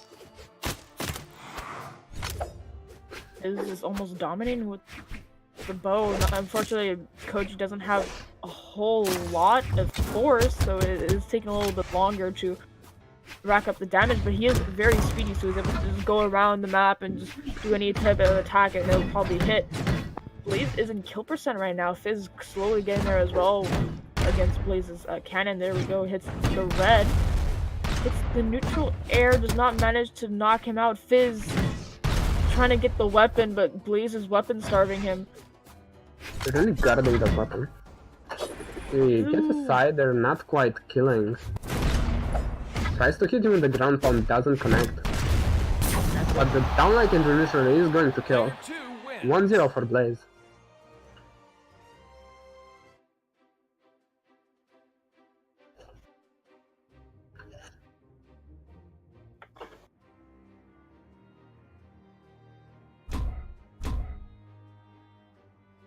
Persif is swapping back to Ragnar. Yeah, this is the legend he was playing before. It's coming back to me now. Completely different from what his Koji pick was, with guitars and axe compared to bow and sword. He's a really good guitar player as well, as we saw before, gimping Tom multiple times. Obviously, starting off, he starts with the katas, which are really good for him. Punishing Blaze for as much as he can. Unfortunately, throws away the katas and misses. Gets completely punished for it, but doesn't get quite punished for the dodge as well. He's not knowing what to do. He wants to get the weapon, but Blaze is weapon starving and weapon blocking him basically. Fizz almost getting knocked out at the bottom of the map against Blaze. Still doesn't have a weapon. Trying so hard to pick it up. Finally picks up the axe. It's neutral light, but is that really enough? He hits neutral air, but he is in red kill percent, and he just hit Blaze to bring him into orange. Then there we go. Side air, side light, neutral light. I'm not so sure with cannon either. the attacks are kind of the same a little bit, so I get a little bit confused. Yeah, Blaze seems to be going for a lot of hits, but not all of them connect. Though he has been punishing Fizz for trying to go for a weapon so far. And Fizz with that wake up gravity cancel neutral six, going to punish Blaze for trying to rid him. Keeps throwing out neutral signatures, but none of them never hit.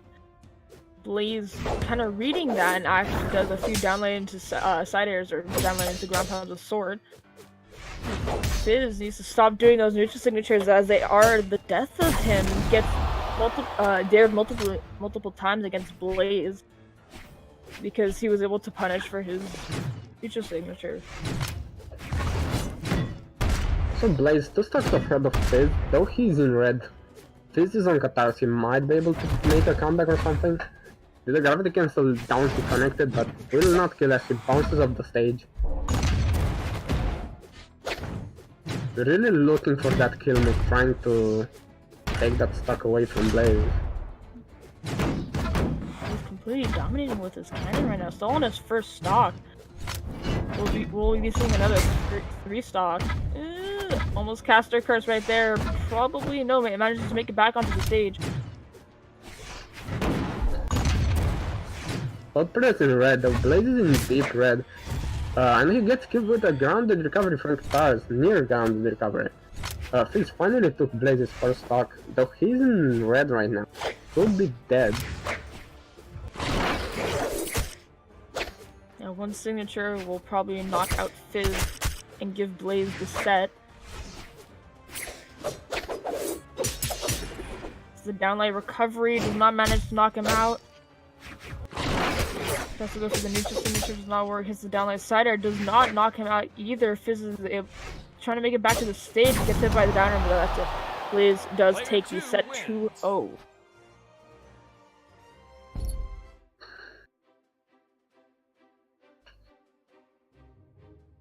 And now we are going to be moving on to winners finals. We're moving to winner finals, Agno versus DM Vinky. Yeah, this will be a best of 5 now. We are moving on from best of 5. From now on, we are going to be doing best of 5. So the winner, if you want to win the set, you have to win 3 games, compared to 2. Yes.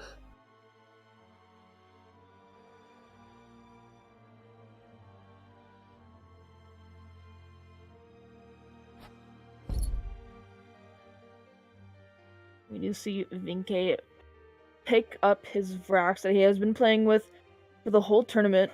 Will Akno be he's choosing Ragnar, which we haven't pick yet. We've been seeing him play a lot of Scythe, so we saw him play Fate and Mordex. But we are seeing him play Ragnar.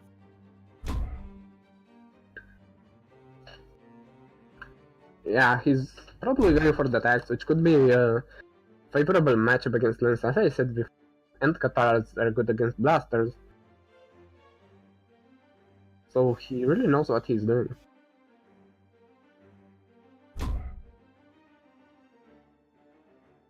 Having a few maps with soft platforms up on the sides around the map. Blackguard and Twilight are left. I feel like we're gonna go. I was gonna say Twilight, but no, we are going Blackguard.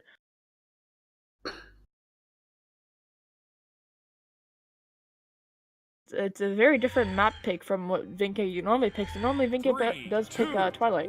We see most of his games be played on Twilight, so the fact that we're on Blackguard is a little bit strange, at least to me.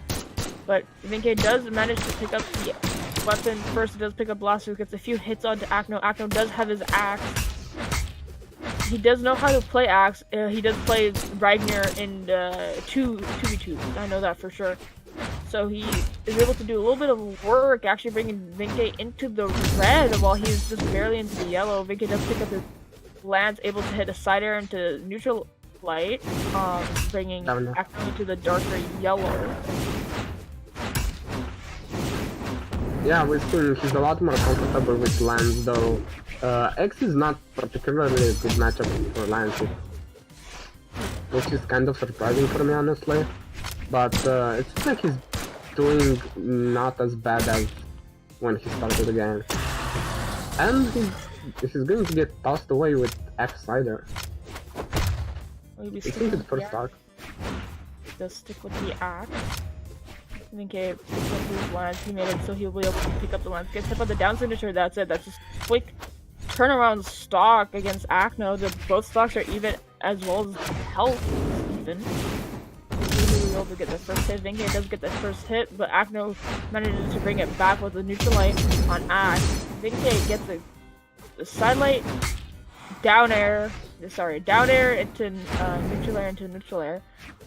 Brings Acno closer to orange, but not too bad. Vinke just in the yellow right now. Acno trying to go for a few down airs to get a gimp off the map against Vinke. Body blocks his recovery, but that's not enough to knock him out. It hits him with two down airs. Sorry, one down air. Okay. Too much happening. My bad. Managed to hit 2 ground pounds to knock out Vinke. Acno is in the lead right now. The thing that Axe working really well for him. Axe is working very well for Acno right now. Vinke manages to even out. Looks like he's at least trying to. He managed to even out the stock really fast the first time, and now he almost got it with downline quick recovery. Somehow he did not manage to kill. Kills with the cider, though. Even if the stocks didn't take too much damage, he might be able to come back completely. It's 2 recoveries with Lambs. He is weapon starving Acno right now.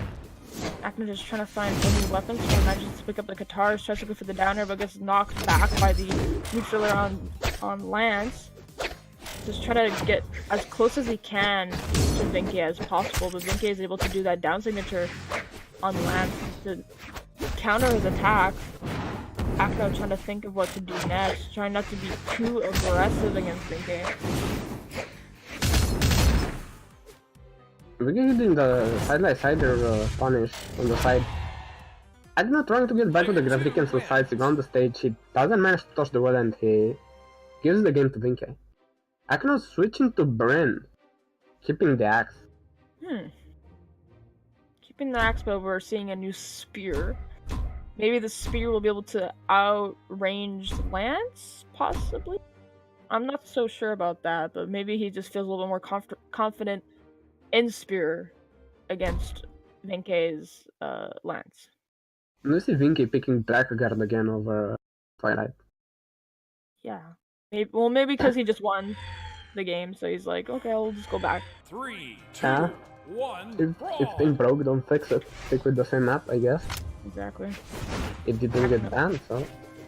Acno does pick up the first weapon. It is his axe that hits a few attacks, mostly downlights actually.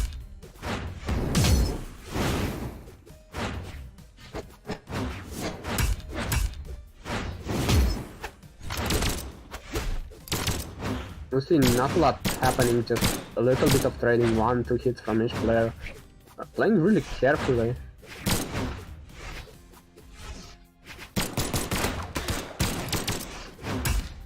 Vinke misses the true combo. And Acno going to close the first stock with the cider of the edge. No, not super damaged. He's in the orange, but Vinke could probably bring it back just with a few siders or downers on that Lance. Or with the down signature, manages to knock him off. That knockback, or the force with throwing the enemy for that signature is very strong. Yeah, quite a very strong move, especially if you manage to reverse it. As you pretty much have to reverse it if you want to kill on your side of the stage. We see Vinke trying to wait for a 0 to death, but doesn't really manage to get one, and gets knocked down by X recovery quite early. Acno sitting pretty in the dark yellow right now on his second stock. Vinke has to bring it back a lot with his plans just to even up the stocks right now. Acno is in the orange right now. Vinke edge guarding him right now. Acno is not able to bring it back onto stage. Now he has the upper hand. He does make it back to stage. Vinke off the edge. Vinke hits him with the down signature, knocks him out the same way as his first stock. Now stocks are even. Vinke just barely even hit. Really looking to weapons that it really doesn't want him to get an axe, I guess. Because it's been really working for him. It shows that he was picking up the axe. He just swapped spear. But he still has that. Misses the 3-hit-2 combo. Damage is quite even. Just Vinke damaged a little bit more.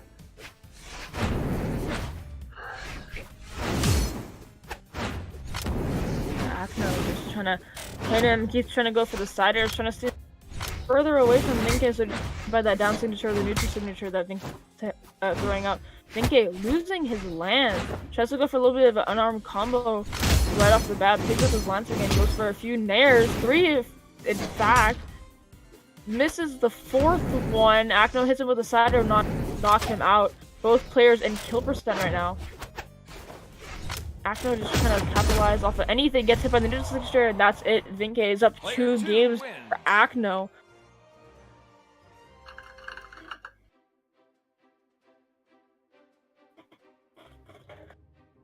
Vinke has to win 1 more game if he wants to move on to Grand Finals, because we are in Winners Finals right now.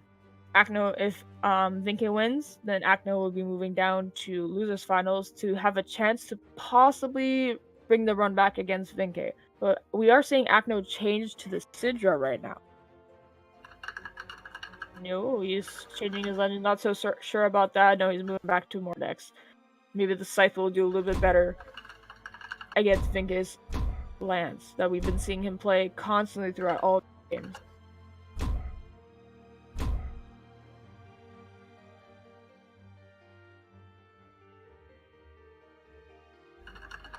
Oh, so we're seeing Akno swapping to Mordex actually right now. We'll see how playing Mordex would fare against Vinke's Vax.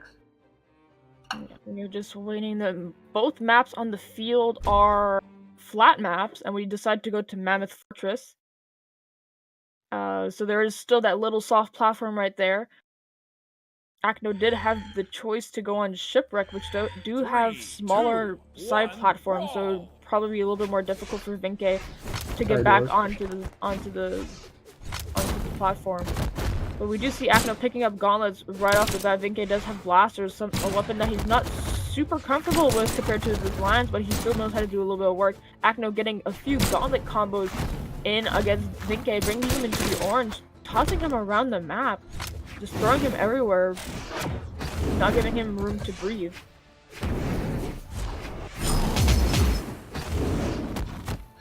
I see Vinke trying to even up the damage, almost doing it, but gets pushed up off stage by the Mordex. Almost killed by the recovery off the top. And manages to get back a weapon. Doesn't get killed by the ground pound. He instead manages to stop it. And almost kills the Mordex with a downright recovery. But finally gets killed with a side stick. Yeah, Akno not looking so great, gets hit by the recovery, now he's definitely in kill percent, gets hit by the down signature, that cursed down signature for Akno, knocks him off the left side of the stage. Really, that is confirmed the best move in the game, at this point. Well, Vinke keeps hitting it and it keeps knocking out Akno, depending on different health ranges. Akno almost getting a camp off the side by keeping Vinke off the side of the map, but he manages to get back on. He now has the upper hand by having complete stage control. Not weapon guarding, but edge guarding. Akno just trying to throw him off stage to just knock him off on the side. Does throw away his scythe, picks up the gauntlets, using weapon tosses to approach more and to just stun Vinke to get the upper hand. Except with the recovery, not enough to kill Akno in the orange. Vinke and Kilperthing, another recovery knocked out Akno, looking a little bit better now that he is in the orange. Maybe the Mordex pick was the best option for him. little quick read to build up a little bit of damage, put Vinky right in yellow, and now he's already in orange. Akno having almost a full stock advantage. Doing a really good job at applying the pressure, though. He did a better job with the side. He might want to switch weapons now, though unfortunately he can't, as Vinky is weapon starving him. Finally manages to get on the wires. They're still gauntlets. Throws them away. Doesn't hit but gets a side. Throws Vinky off the stage. Looks for a gimp. Throws him off the stage again. And that is going to be a gimp closing the game. Yeah. He realizes that he didn't want to go off stage because he would give Vinky a chance to make it back to stage if he does get hit, but he lets him fall. So now it's 2-1. Akno is still in the game right now. He does not want to go to loser's bracket. Now, if he was the next one, he's going to send Vinky to the loser's bracket. Vinky has to win this game and the next one.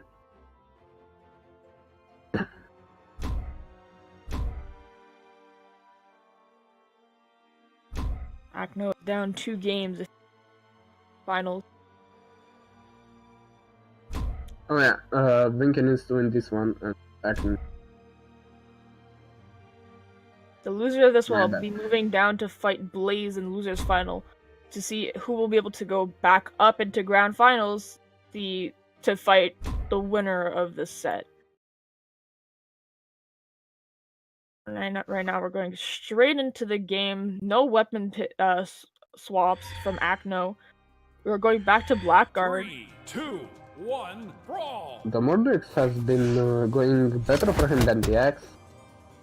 Yes, absolutely. So I, you know, if it ain't broke, don't fix it. Yeah. So, been doing very well with both Scythe and Gauntlets. So, especially against Vinky.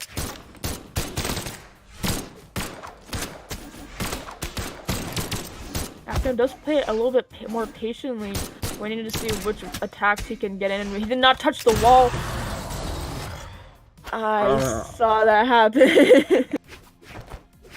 Unfortunately, killed himself quite early.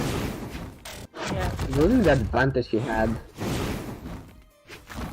He didn't have a lot of damage done onto him. He was doing pretty well against Vinky, but unfortunately just did not touch the wall, just moved away from it too quickly. Vinky getting a slant string, but does manage to make it back onto the stage. Both players. Akno barely gets missed by the ground pound, but then hits Vinky with his own ground pound. He's in the orange right now, so he has to do quite a bit of damage to bring it back against Vinky. He does have his scythe in hand, though. There's a neutral line into recovery into side air. We'll have to see. He's slowly bringing up the damage against Vinky to match his own. Hits him with a sideline into recovery. Hits him with another neutral air. Vinky is not able to bring it back up again. Just put so much pressure onto Vinky off the stage, just to stop him from bringing him back onto stage, so he could possibly ground pound him with his blasters. The fight doing really well for him at not allowing Vinky to get back on the stage, where he has been doing a lot better off stage. Vinky has really good stage control and manages to almost always send Akno off the stage. Yeah, Vinky not doing so well. He's in the red right now on his last stock. A little bit getting closer and closer to kill percent. Hits the recovery. That's it. Akno takes his second game. It's 2-2 right now. So whoever wins this one goes up to grand finals, and whoever loses has to go down to fight Blaze in losers final. Yes. We're going to the same map again. Yeah, it seems to be the popular one between these two players right now. Almost this entire set was played on Belgrade, right? 3, Yep. 2, We only played 1, one game on Mammoth Fort. Akno with the first weapon pickup. He does pick up a scythe. Does not fall to his death like the first game. Tried to weapon starve Vinky a little bit, but that little mix up at the beginning stop him from stopping Vinke from getting his lance. Vinke does have his lance, trying to hit him off the stage, hitting him with the side airs. Does not really halter Akno's plays, but is getting hit a lot more than last game. So he has to be a little bit more careful. Vinke doing a really good job of defending himself and takes the first stock actually. Quite early into the game. We've seen both players applying a lot of pressure and playing quite fast. Even when patient, they usually manage to see an opening in their opponent's defenses and land at least a couple of hits.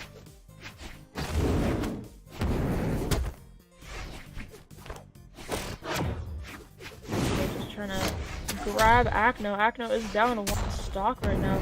Vinke's just trying to hit him with the signature to either get more damage up or just knock him off of the second stock. Akno trying to edge guard him but does not go for the ground pound as he decided to hit him with the ground pound with gauntlets. However, Vinke losing his first stock. Akno is just in the darkish yellow, so he's not doing too poorly, but he does have to get a few more hits on Vinke.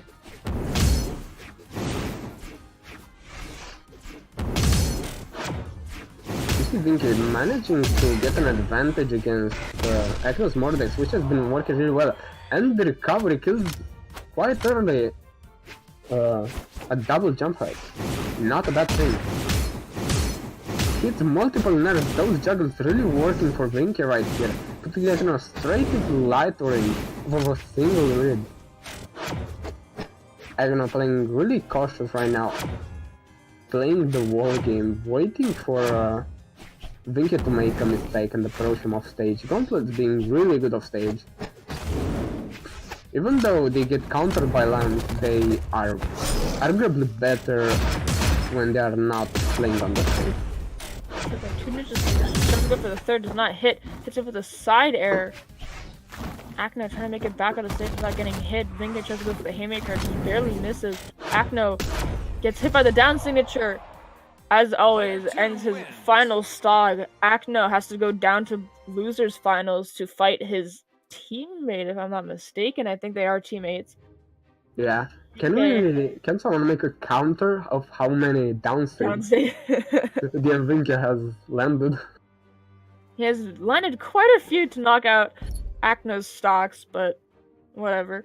Vinke is going into grand finals, so whoever wins this set will go and fight Vinke up in grand finals. We are seeing Blaze with the Zol level 33. Zolol. Zololol. We'll have to see how this plays out. We've only been seeing Blaze play Sidra.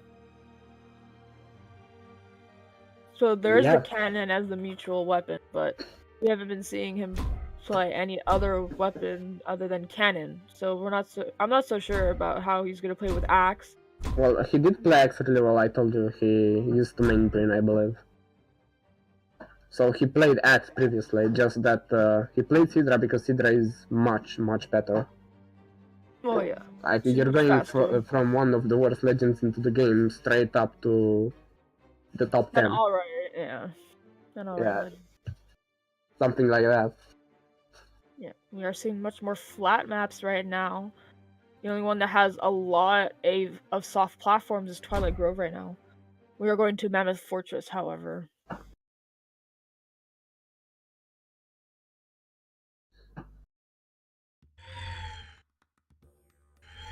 Three, two, one, brawl! I'm interested to see how the Zoltek is going to be. But he already gets punished for a wasted dodge. Almost gets killed by Akno. Tries to reverse it but doesn't quite do too much. Look at the ground pound. Blaze already in orange. Akno does really well with gauntlets right now. Puts Blaze in red 20 seconds into the game. Blaze struggling to find any type of hit. Maybe he might be switching back to Sidra after the game to fight his teammate. Akno just absolutely dominating with gauntlets. We haven't even seen him pick up his sight. He finally picks up his sight, hits it with a side air, tries to go for a neutral air, does not hit, does not connect, tries to go for the down signature, does not connect either. Blaze is hitting him little by little with those ags, getting not enough combos.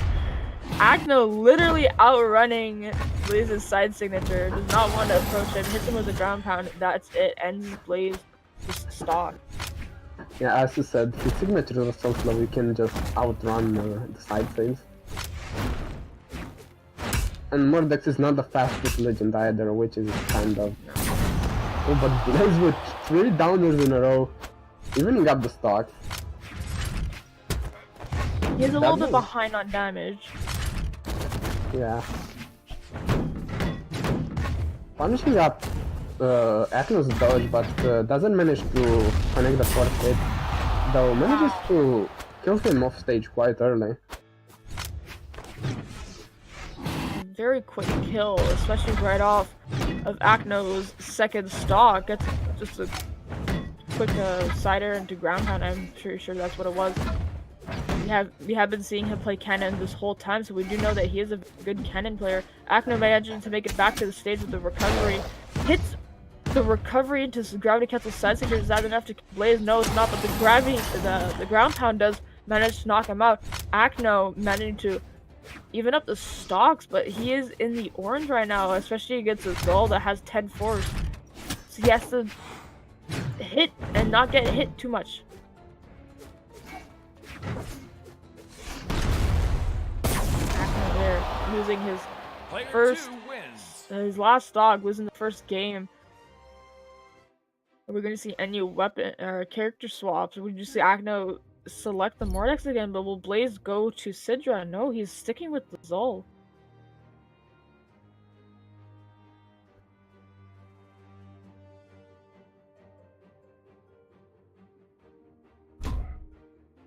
If we're gonna go back to Mammoth Fortress, banning out maps right now, I would like to see maybe a Shipwreck, but I'm not so sure if any of them are gonna either ban it out or pick it. Shipwreck Falls is on the map pick, but so is Twilight Grove and Mammoth Fortress. We are going back to Mammoth Fortress to fight once again. Definitely one of the favorite maps. I've seen Twilight, Mammoth Fortress, and Blackguard keep all day. 3, 2, 1. Yeah, we haven't seen much other. We saw Brawlhaven a few times, I think 2 times. We haven't seen much of. We've seen Miami Dome twice. And Shipwreck once. And Shipwreck once. But we haven't really seen Great Hall all that often. Yeah.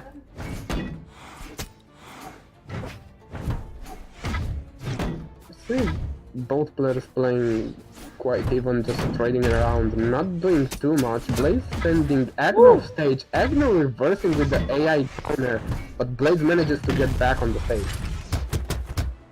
How fortunate for Blaze. Hits with the max range side sig, Agno mistimes his dodge and gets punished for it. Everything with signatures that are so slow, you expect them to hit earlier, so you mistime your dodge. Oh yeah, especially when you're not used to them. Yeah, and you dodged a little bit too early, but Agno does not really want to approach so much. He wants Blaze to hit him so he can knock him off stage with that sight. Hits him with the recovery, tries to keep him off stage. It doesn't really work out that well. Blaze holds the down signature, does not hit both of them. You see Agno picking up from D&D, trying to do the reverse downside of the stage. Oh, ooh, Blaze strange. Was that a misclick? I probably. I know my signature button is right underneath one of my taunt buttons. Sometimes I'll do a little taunt by accident. Yeah, I used to do that. That was, I bound my taunts to the numpad now. Yeah, so I don't do that anymore because I had them on the numbers and I use the QWER for the attacks. Yeah, no, I use W as my heavy attack, so... You see Agno trying to push Blaze off the stage, reversing him with the advantage AI the fight has, but Blaze hits a max range N-Sig and kills Agno in red. Now he has a stock advantage, he's barely in orange, may not get killed. Even if he manages to get a cannon burst, he might be able to get a full stock advantage soon enough. this 10 Force cannon is proving quite a challenge for Acno right now. He is getting knocked out in like the orange. I'll be honest, it's probably BM picks. It's someone ran the numbers and 10 Force doesn't really do a lot. I did not know that. Probably just like one more hit point of damage, but not so much that it's game breaking. But Acno does manage to even up the stocks right now, even the damage, and he does have Blaze sword. Yeah, he does have him a little bit more damage than he is right now, but he is stage. Blaze does have the stage control right now. Quickly throws him off stage. He wants to keep him off. Want him to be on the stage so he can hit him with any type of signature. Yeah, we see Agno very afraid to go back on the stage, even though he has sight and he can get a lot of stage control, though unfortunately Blaze uses his stock again. Doesn't manage to connect to the wall. 1-1 Agno against Blaze, we're going to say. Yeah. We are seeing Blaze switch to Koji. I don't think we've seen him play Koji before. He does share the sword with Sidra. No, he is switching to Mordex, trying to mirror match it. No, Bryn. Please pick a legend. There we go. He's sticking with Bryn. Yeah. He's old main. He's really good at it as well. Yes, I did watch him play in Friday Night Brawl. I think he was playing the Bryn. Yes, he was. And Acno was playing the Ragnar. So he was playing really well with the Bryn. He was absolutely dominating, doing most of the damage with his axe. So we'll just have to see how it plays out against Acno's Scythe and Gauntlets. Acno does seem to have quite an even spread with his skill between the two weapons. I haven't seen much of Blaze's spear, however, but we are moving to Small Enigma, which we don't see very often. This is actually quite a different pick for both of these players. Acno does have stage control with the gauntlets, just stringing him along, not really giving him room to breathe. He finally picks up a weapon, Blaze, and it is the spear. I was just mentioning how he hasn't really spear. Does hit a few hits, managing to bring Acno up into the same damage that he is. Acno hit him with the neutral area, try to go for the ground pound, does not hit. Acno just keeps fishing for that ground pound, but it just keeps getting stopped by Blaze's spear, either recoveries or neutral airs. We see Agno throwing Blaze off stage, but Blaze manages to recover back with throwing to recovery. Both players in red, though Agno a little bit more in the red than Blaze. Blaze misses the ground pound and loses his stock. Does not have any jumps left, no dodge or nothing.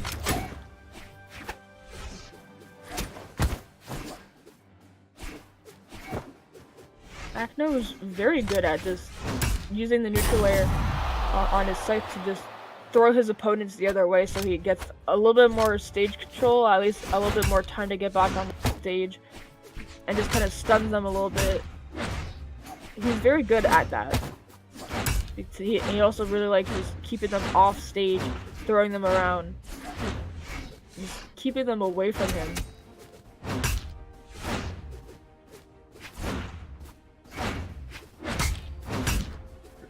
We're seeing Blaze managing to reverse Agno's side off the stage, and Agno tries to hit a neutral but doesn't manage to get back the chase dodge to recover on the stage, so he just kinda falls down.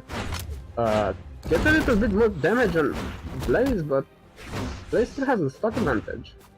He could do a lot, though he doesn't really seem to be landing a lot of the X moves. Just really giving space away. Yeah, I'm really afraid of Blaze's X right now. He refuses to engage completely. And this works out for him. Just a little shrug taunt.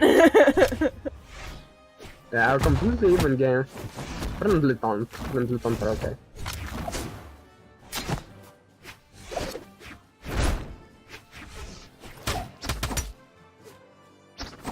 Black Blaze managing to hit a side edge neutral A with spear, keeping Acno in the air to a certain extent. Acno just trying to keep Blaze off stage with those gauntlets, trying to go for like a gimp maybe with a ground pound. keeps hitting the neutral layers, but not much follow-up after that. And we see him falling back to the safety of the wall, trying to bait Blaze into going off stage. It kind of works, but doesn't manage to punish him for it. You'd think he'd really be ready for it, considering how he's always trying to get him to do that. Yeah. He's just not prepared.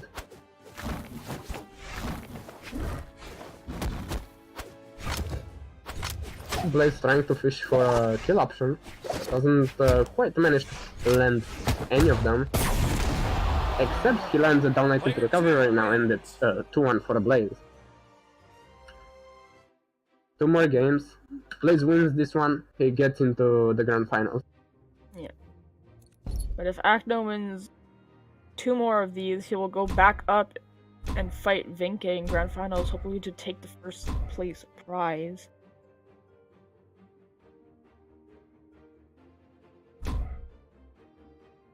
We're back on the same flat-ish maps with Shipwreck, Mammoth, and Twilight. We are going back to Mammoth.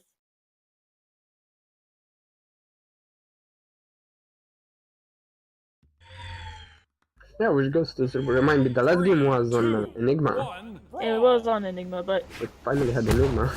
Yeah, it was quite a out of left field kind of pick Enigma, that's for sure. Yeah, it did work out though. A lot of dash canceling, ledge canceling for Blaze with his axe, Acno with his scythe. Both players seem to be just chilling off stage, trying to fight each other off stage. Acno almost missing the edge, gets hit by the end of this recovery, and that's it. Blaze getting a quick game. Yep, throwing up a flag taunt. Punished for the taunt. Yeah, Acno trying to read where Blaze would be up on the top, tries to go for a recovery, but it just barely misses, hits the ground pound. That's it, just a quick turnaround again. Not even a minute past the game, and both players loses 1 stock. Oh, we're not going to even see a taunt, he's just weapon starving, he really wants to win. Yeah. Because this is Blaze's last game, and if he wants to go back up to grand finals, Acno has 2 more, so I think he just wants to try as hard as he can just to give a fight, give it his all. He wants to go back up there. He doesn't want to get 3rd place. Both are playing very cautiously around each other, kind of running away from each other, chasing, playing cat and mouse. Seeing who's gonna do what first.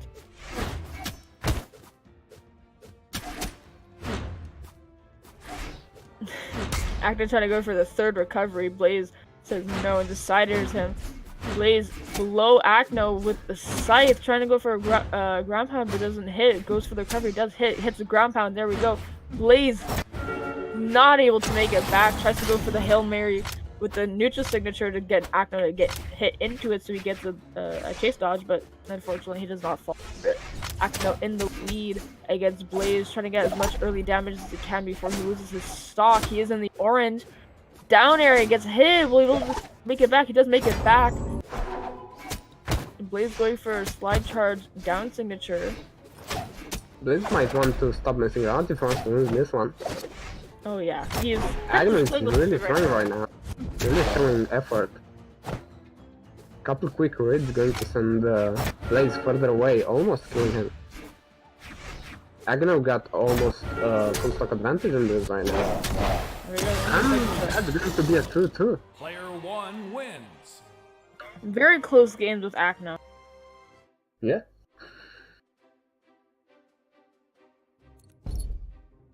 Blaze switching to Mordex.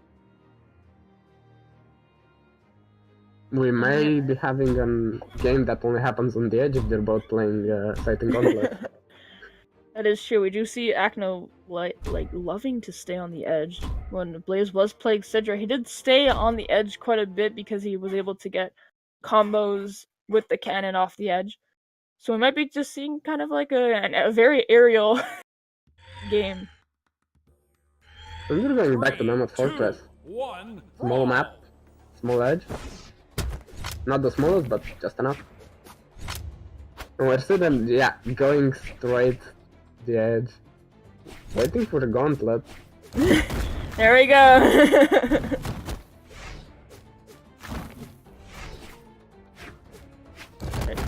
Seems like they're Oh, just kind of God. having fun at the same time as competing against one another. See who's better off stage. There we go. Akno clearly showing off that he's a little bit better off stage. Perfect stock against Blaze. Letting his friend get the weapon, so it's a fair game off the edge. Just to go for the scythe get very quickly. Akno would get not hitting the ground pound. Will be able to make it back? No, he will not. Blaze with the scythe managing to knock him down. Akno's first stock. We might be seeing only against this game. Probably. A completely off-stage game. Oh, and that's There we going to be Blaze's second slot. A fairly quick game, for sure. It's just gonna see who could dodge better off edge.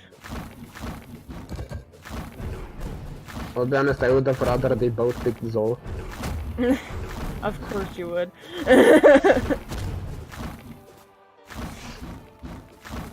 Not exactly sure what to say. They're just going for nairs and ground pound. Hits the nair, misses the nair, hits the ground pound, hits the nair, interrupts the ground pound, hits the ground pound, interrupts the recovery.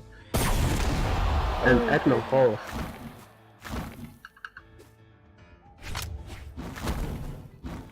Is the nair going for a sider, but gets interrupted by the other sider, into other sider. Blaze manages to get to the other side of the stage, gets hit by a fallen nair, and another nair. Are we going to see another one? No. He knows his place. Player one He doesn't want to get reversed. I would have Yeah. hoped he would have extended that. Akno moving back up to grand finals against Vink. Now, they are all a part of the same clan, so I mean, I'm pretty sure they all have practice against one. Probably.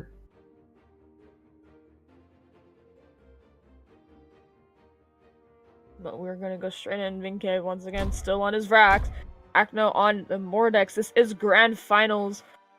If Akno does win this set, though, he has to play another set so he can actually win and take first place. But Vinke only has to win one set total. So there could be 10 games. A possibility.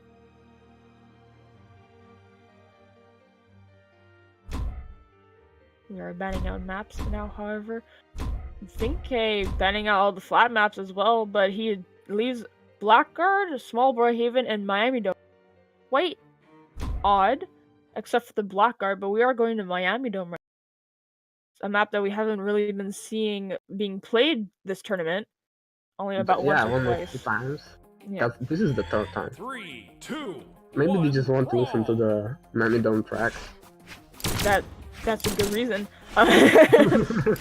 There is the pillar in the middle though, so players cannot cannot short under the stage.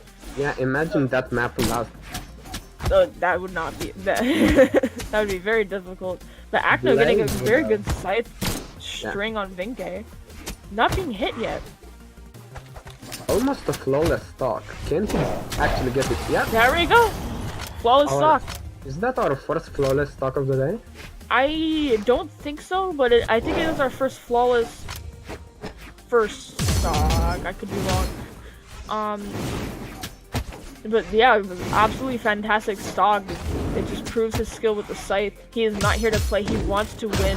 He has to go through 2 sets just to get the first place prize, so he's not messing around right now. The ground pound connects but doesn't quite kill. Vinke manages to turn this around in terms of damage and apply pressure. All he has to do now is to wow! the Siders clash the back! Yeah, the Siders clash. He dies and Agnew manages to barely get back on the stage, connects to the wall.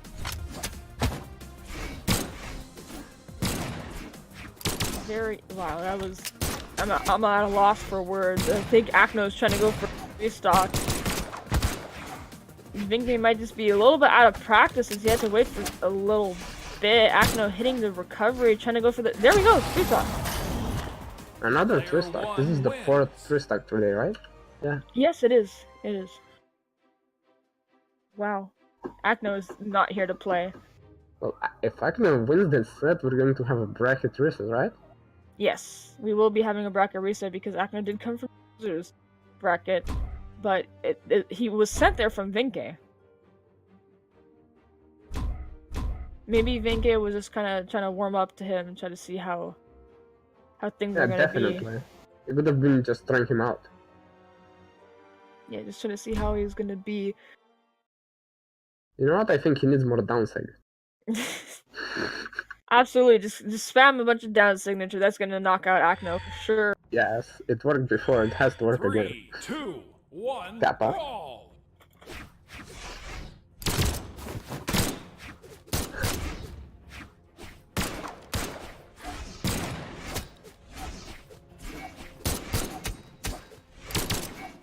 Not as bad as the first stock now.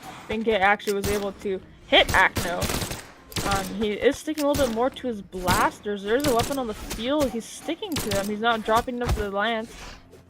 Akno trying to keep Vinke off stage, just keep pushing him off stage. Shipwreck does have very far kill boxes on the sides and also on the top. It's a pretty big map overall, so it might take a little bit more to kill Vinke, but the ground pound does knock him out. Akno in the dark yellow right now.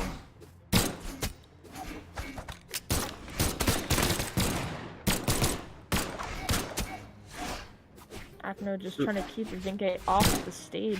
Yeah, he's constantly trying to get him off the stage. You see him using that side CI a lot. And it's been working for him as, you know, again, he's just not allowing Vinke to get a moment on the stage where Vinke actually excels. And he seems to be giving his stock away as he knows he cannot get back to the stage. 2 stocks behind Vinke. That again? It is for Akno. Not exactly what he wanted to happen, clearly. He probably tried to reverse, but it didn't quite work out for him.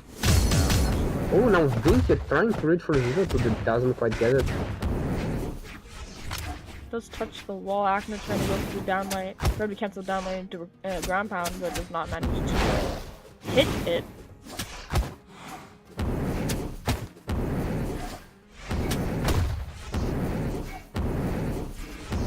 Akno just trying so hard just to knock him off stage, keep him off the stage. He's like, no, you're not gonna get back on this platform. Tries to go for the ground pound, just barely misses. Throws his weapon, does not hit. Vinke just won't get knocked out, gets hit by the recovery. That's it. Player 1 wins. Akno taking the game 2-0. Just applying that pressure so well. Not giving Vinke any moment to breathe, just keeping him off the stage, to the side. Can't even touch the wall. Vinke selecting Raymond. Oh god. Well, Rayman has decent downsides. he does. But I'm not so 3, sure about 2, I did not see his 1, level. brawl. They just selected it right away. Akno picks up the first weapon. It's his scythe. We've seen that it's absolutely devastating against Vinke. Well, who knows? There's no levels at land. You're right. You're absolutely right. But there is experience. Oh god. I don't think there's a lot of experience with the Raymond. I don't know, just joggling him around, not letting him stay back on stage. Not at all. Yeah, he just kept side airing him, just boop. He did not want him back on the stage. Akno really wants this bracket reset. I think he just wants to win. Vinke trying to hit the double dare to possibly knock out Akno, but not enough. Trying to stay in the middle of the stage. Actually, Vinke is trying to get him to stay off stage. Strange. Get gimped again. Looks like the Rayman is not working for him, and we're probably gonna have a bracket reset. Yeah, for sure. Ooh, Might that go 3-0. fencing not getting hit by a max range Rayman side thing. Oh, was not able to touch the wall. Does lose his stock, his first stock. No 3 stock here again. Vinke actually did do the wound taunt.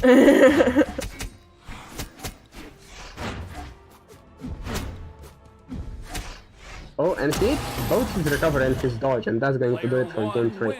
We're going into a bracket reset. We're going into a bracket reset.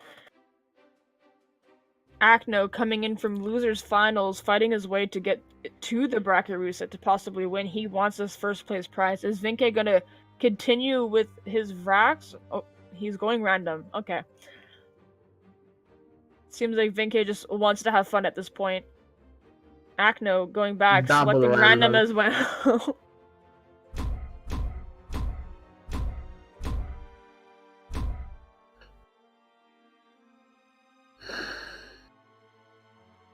What if they both get Zol?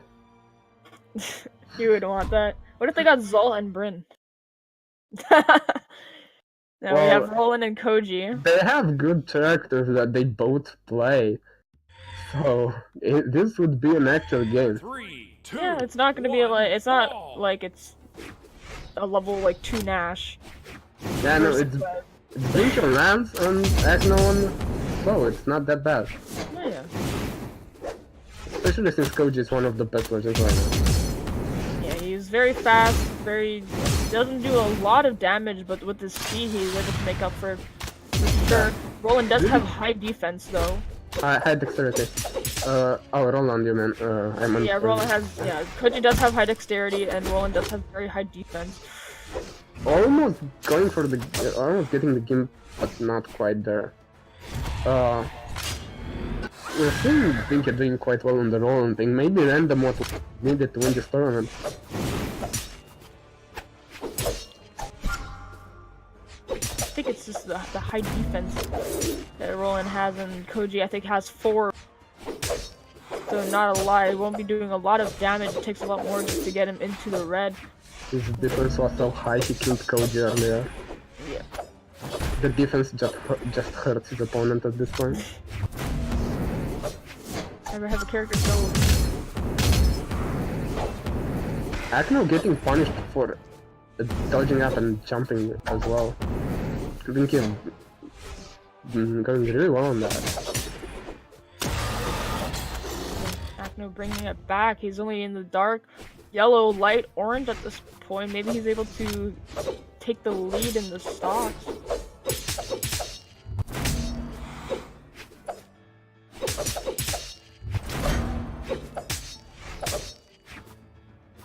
Acno slowly moving towards kill percent. Vinke getting not very close to kill percent, but just kind of staying back away from Acno. He wants his lance. Let's pick up the lance. Hits the side air. Well, no, that's near true, or I think it is a true combo. I think it has a few dodge frames. It's a one frame string. Yeah. It's a very good attack. Yep. It used to be a true combo long ago, but not. Yeah, it did get nerfed. It was really oppressive, and it still is really oppressive, even as a one frame string. Vinke is doing really well off the stage, but gets punished for recovering with a gravity cancel down like ground pound.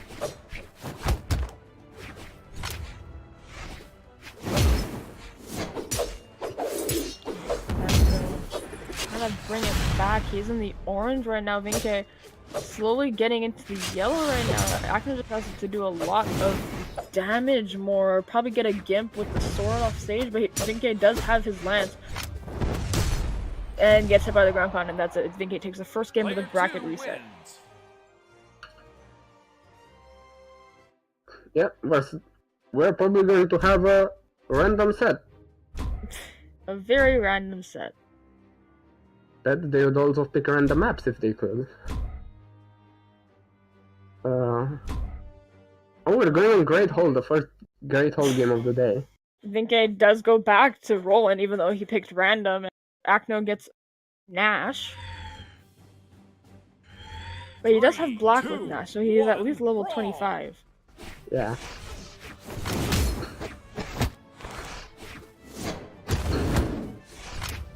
Oh yeah, this is also the first hammer of the day. Oh, this is! You're right! We've seen all weapons today. Woo! We're gonna have to see how Acno plays out with his hammer. We do know that he does play Bryn to a certain extent, so he does have that spear knowledge. He does hit the ground pound, knocking out DM Zinke from this right side of the map. He does throw away his hammer though for spear, so the next weapon is going to be a spear for him. We might not see any hammer though, unfortunately. Hey, we can always hope. Hope and pray. Ooh, Vinky hits the true combo. Even if the downlight actually drops the second hit, he still manages to hit the combo.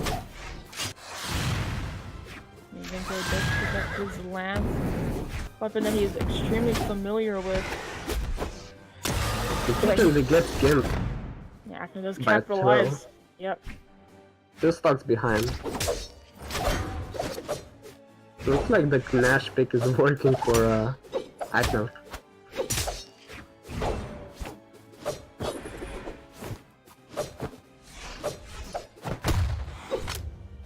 There we go, our hammer. Tries to go for the slide charge side signature. Tries to go for the gravity cancel down signature, but does not work. Akno losing his first stock. Vinke in the light orange at this point. Maybe Akno will be able to take a game off.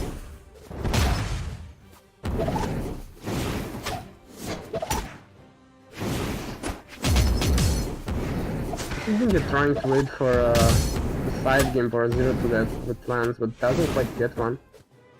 So managed to get back on the stage finally. Hit the reverse down sig, as he does every single game.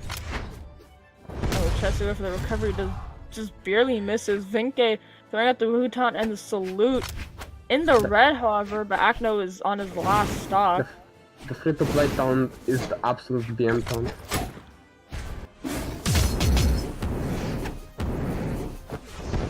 Never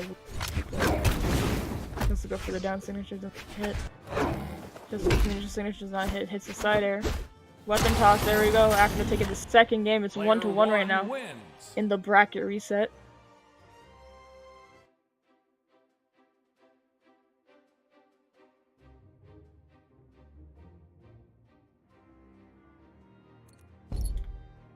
Now, regardless of what happens, whoever wins, the top 3 of this tournament do get Meditative codes prize. And the rest of the top 8 gets to see codes. And the top 3 also get and to the top see. 3, yes. My mistake. So Agno, DM, Vinky, and Blaze all have secured. Yeah, so they're just fighting for the Meditative codes right now.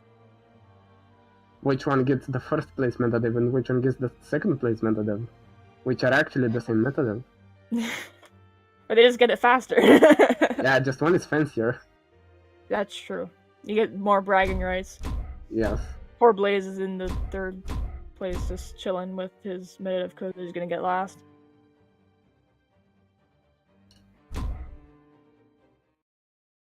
Alright, we're seeing legends that we're not super familiar with, but another Hammer legend. Vinke on Cassidy and Akno on Lin Fei. We have seen a Lin Fei before, but it was not Akno that was playing it. It was Hayden. Yes. We're seeing Vinke on Hydex Blasters again. Oh yeah, you're absolutely right. They do share the same. Quite fine. Yes, it's gonna be. Oh, gets completely dodge red. Almost sent. No. Well, this is why you don't do that. Yeah. This is why you don't see this in tournaments. Yeah. He gets the amazing Hannon read, but unfortunately does not get enough to touch the wall to get back onto the platform. So this is Vinke punishing Akno for the wasted air dodge. Unfortunately not getting too much out of it. Managing to get a full stock advantage. He's not going to get hit by the recovery as Linfei is a low force legend. He might, but the sider does. I was going he might be killed by the 3rd recovery, but he got killed by a sider eventually.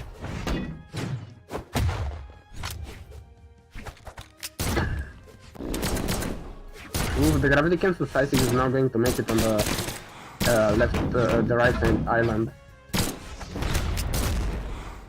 The recovery completely beats out the ground pound in priority. And the sider is going to get the kill for Pinky off the side. We're going to see him stick with hammer, so we might get to see hammer play.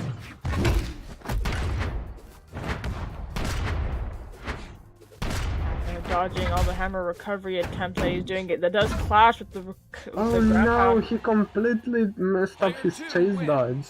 Yeah, he just did a spot dodge, unfortunately.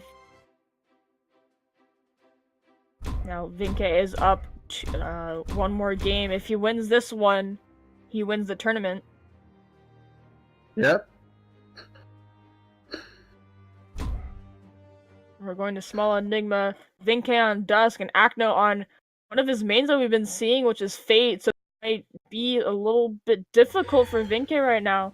Yeah, both we're share seeing an orb. mirror. Though Vinke Yeah. seems to have the Skyforge orb. Does, but Acno does have, I think it was Goldforge Scythe. We do see him play really well on the Scythe. Yeah, So- he also has a Goldforge Fate. Yes, he does. So he is very familiar with this legend. This might be a tied grand final.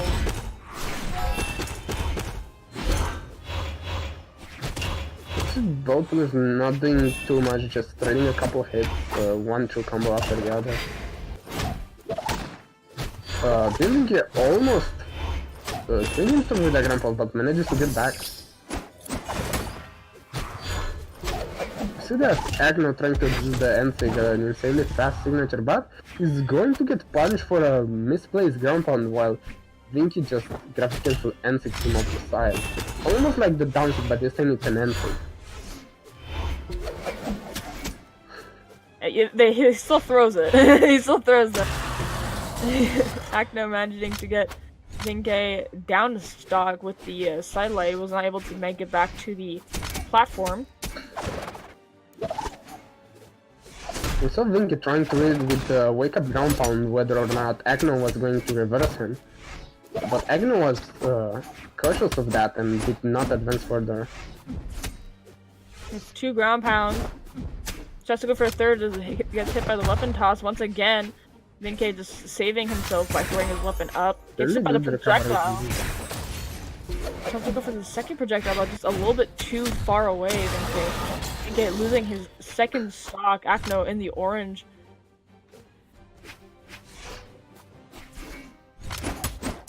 Vinky has not been doing too bad so far. No! Wait! Oh no! Whoa! Oh! That's it! That's Wow! It's a Wow, 2-2. Acno, that patience! He went all the way down!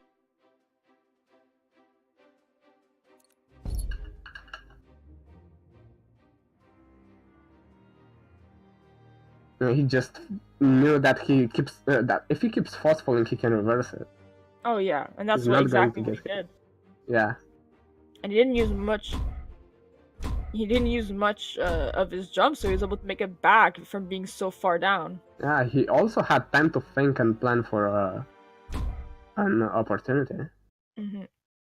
And now we see the old switcheroo Vinke on Fade and Acno on Ragnar. We've seen Agno and Ragnar before. His katanas were quite good. Yeah, especially against Vinke, we saw him play as Ragnar. So Vinke is playing Fate, which I don't think he's very familiar with. We'll just have to see how this plays out. He does have the orb that they travel over from Dusk, so he does have the Skyforge orb. So we'll just have to see how this plays out. Vinke getting a few hits first, Acno matching up the damage, actually getting more damage onto Vinke. This is the last game, by the way, so Acno is getting really lucky getting his main legend. Not really his main legend, but a really good legend for him. Vinke just barely missing the corner of the We wall. haven't really seen them get bad legends off of random. No, they got pretty good legends. It's not like they got like Thatch or something. Yeah. Zol. No Thatch, no Terrors, no Zol. Well, we did see one Linfei, which is not the best, but she's like in not the bad. middle of the bunch anyways. Yeah. for sure. Like a P. Thank you. Okay, is suffering a little bit right now. In the orange and the red, and kill percent right now is Acno gonna get the down air, and doesn't need to. Vinke does miss the edge. Acno doing the neutral signature as kind of like a little bit of a taunt rather than literally taunting.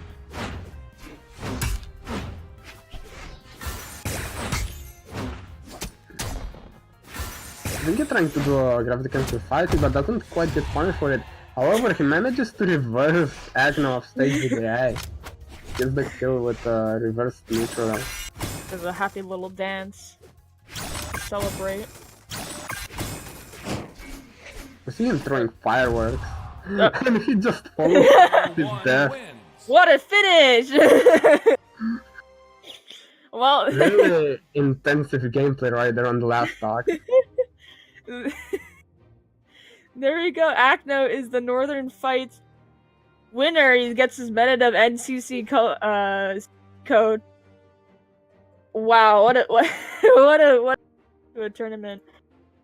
Acno coming back, going to losers final because of Vinke, and then winning in bracket reset. Congratulations to everyone in top 8. Congratulations to Acno for winning. Well, I was Badevar, one of your casters. We had Tilty here. Hello. And thank you for watching.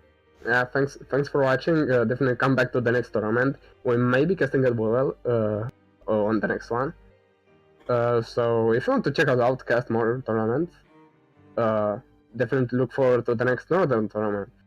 So yeah, well played everyone. Thanks for watching, and thank I you guess Team we'll see you in the PXB next for one. hosting, by the way. All right, bye. Bye.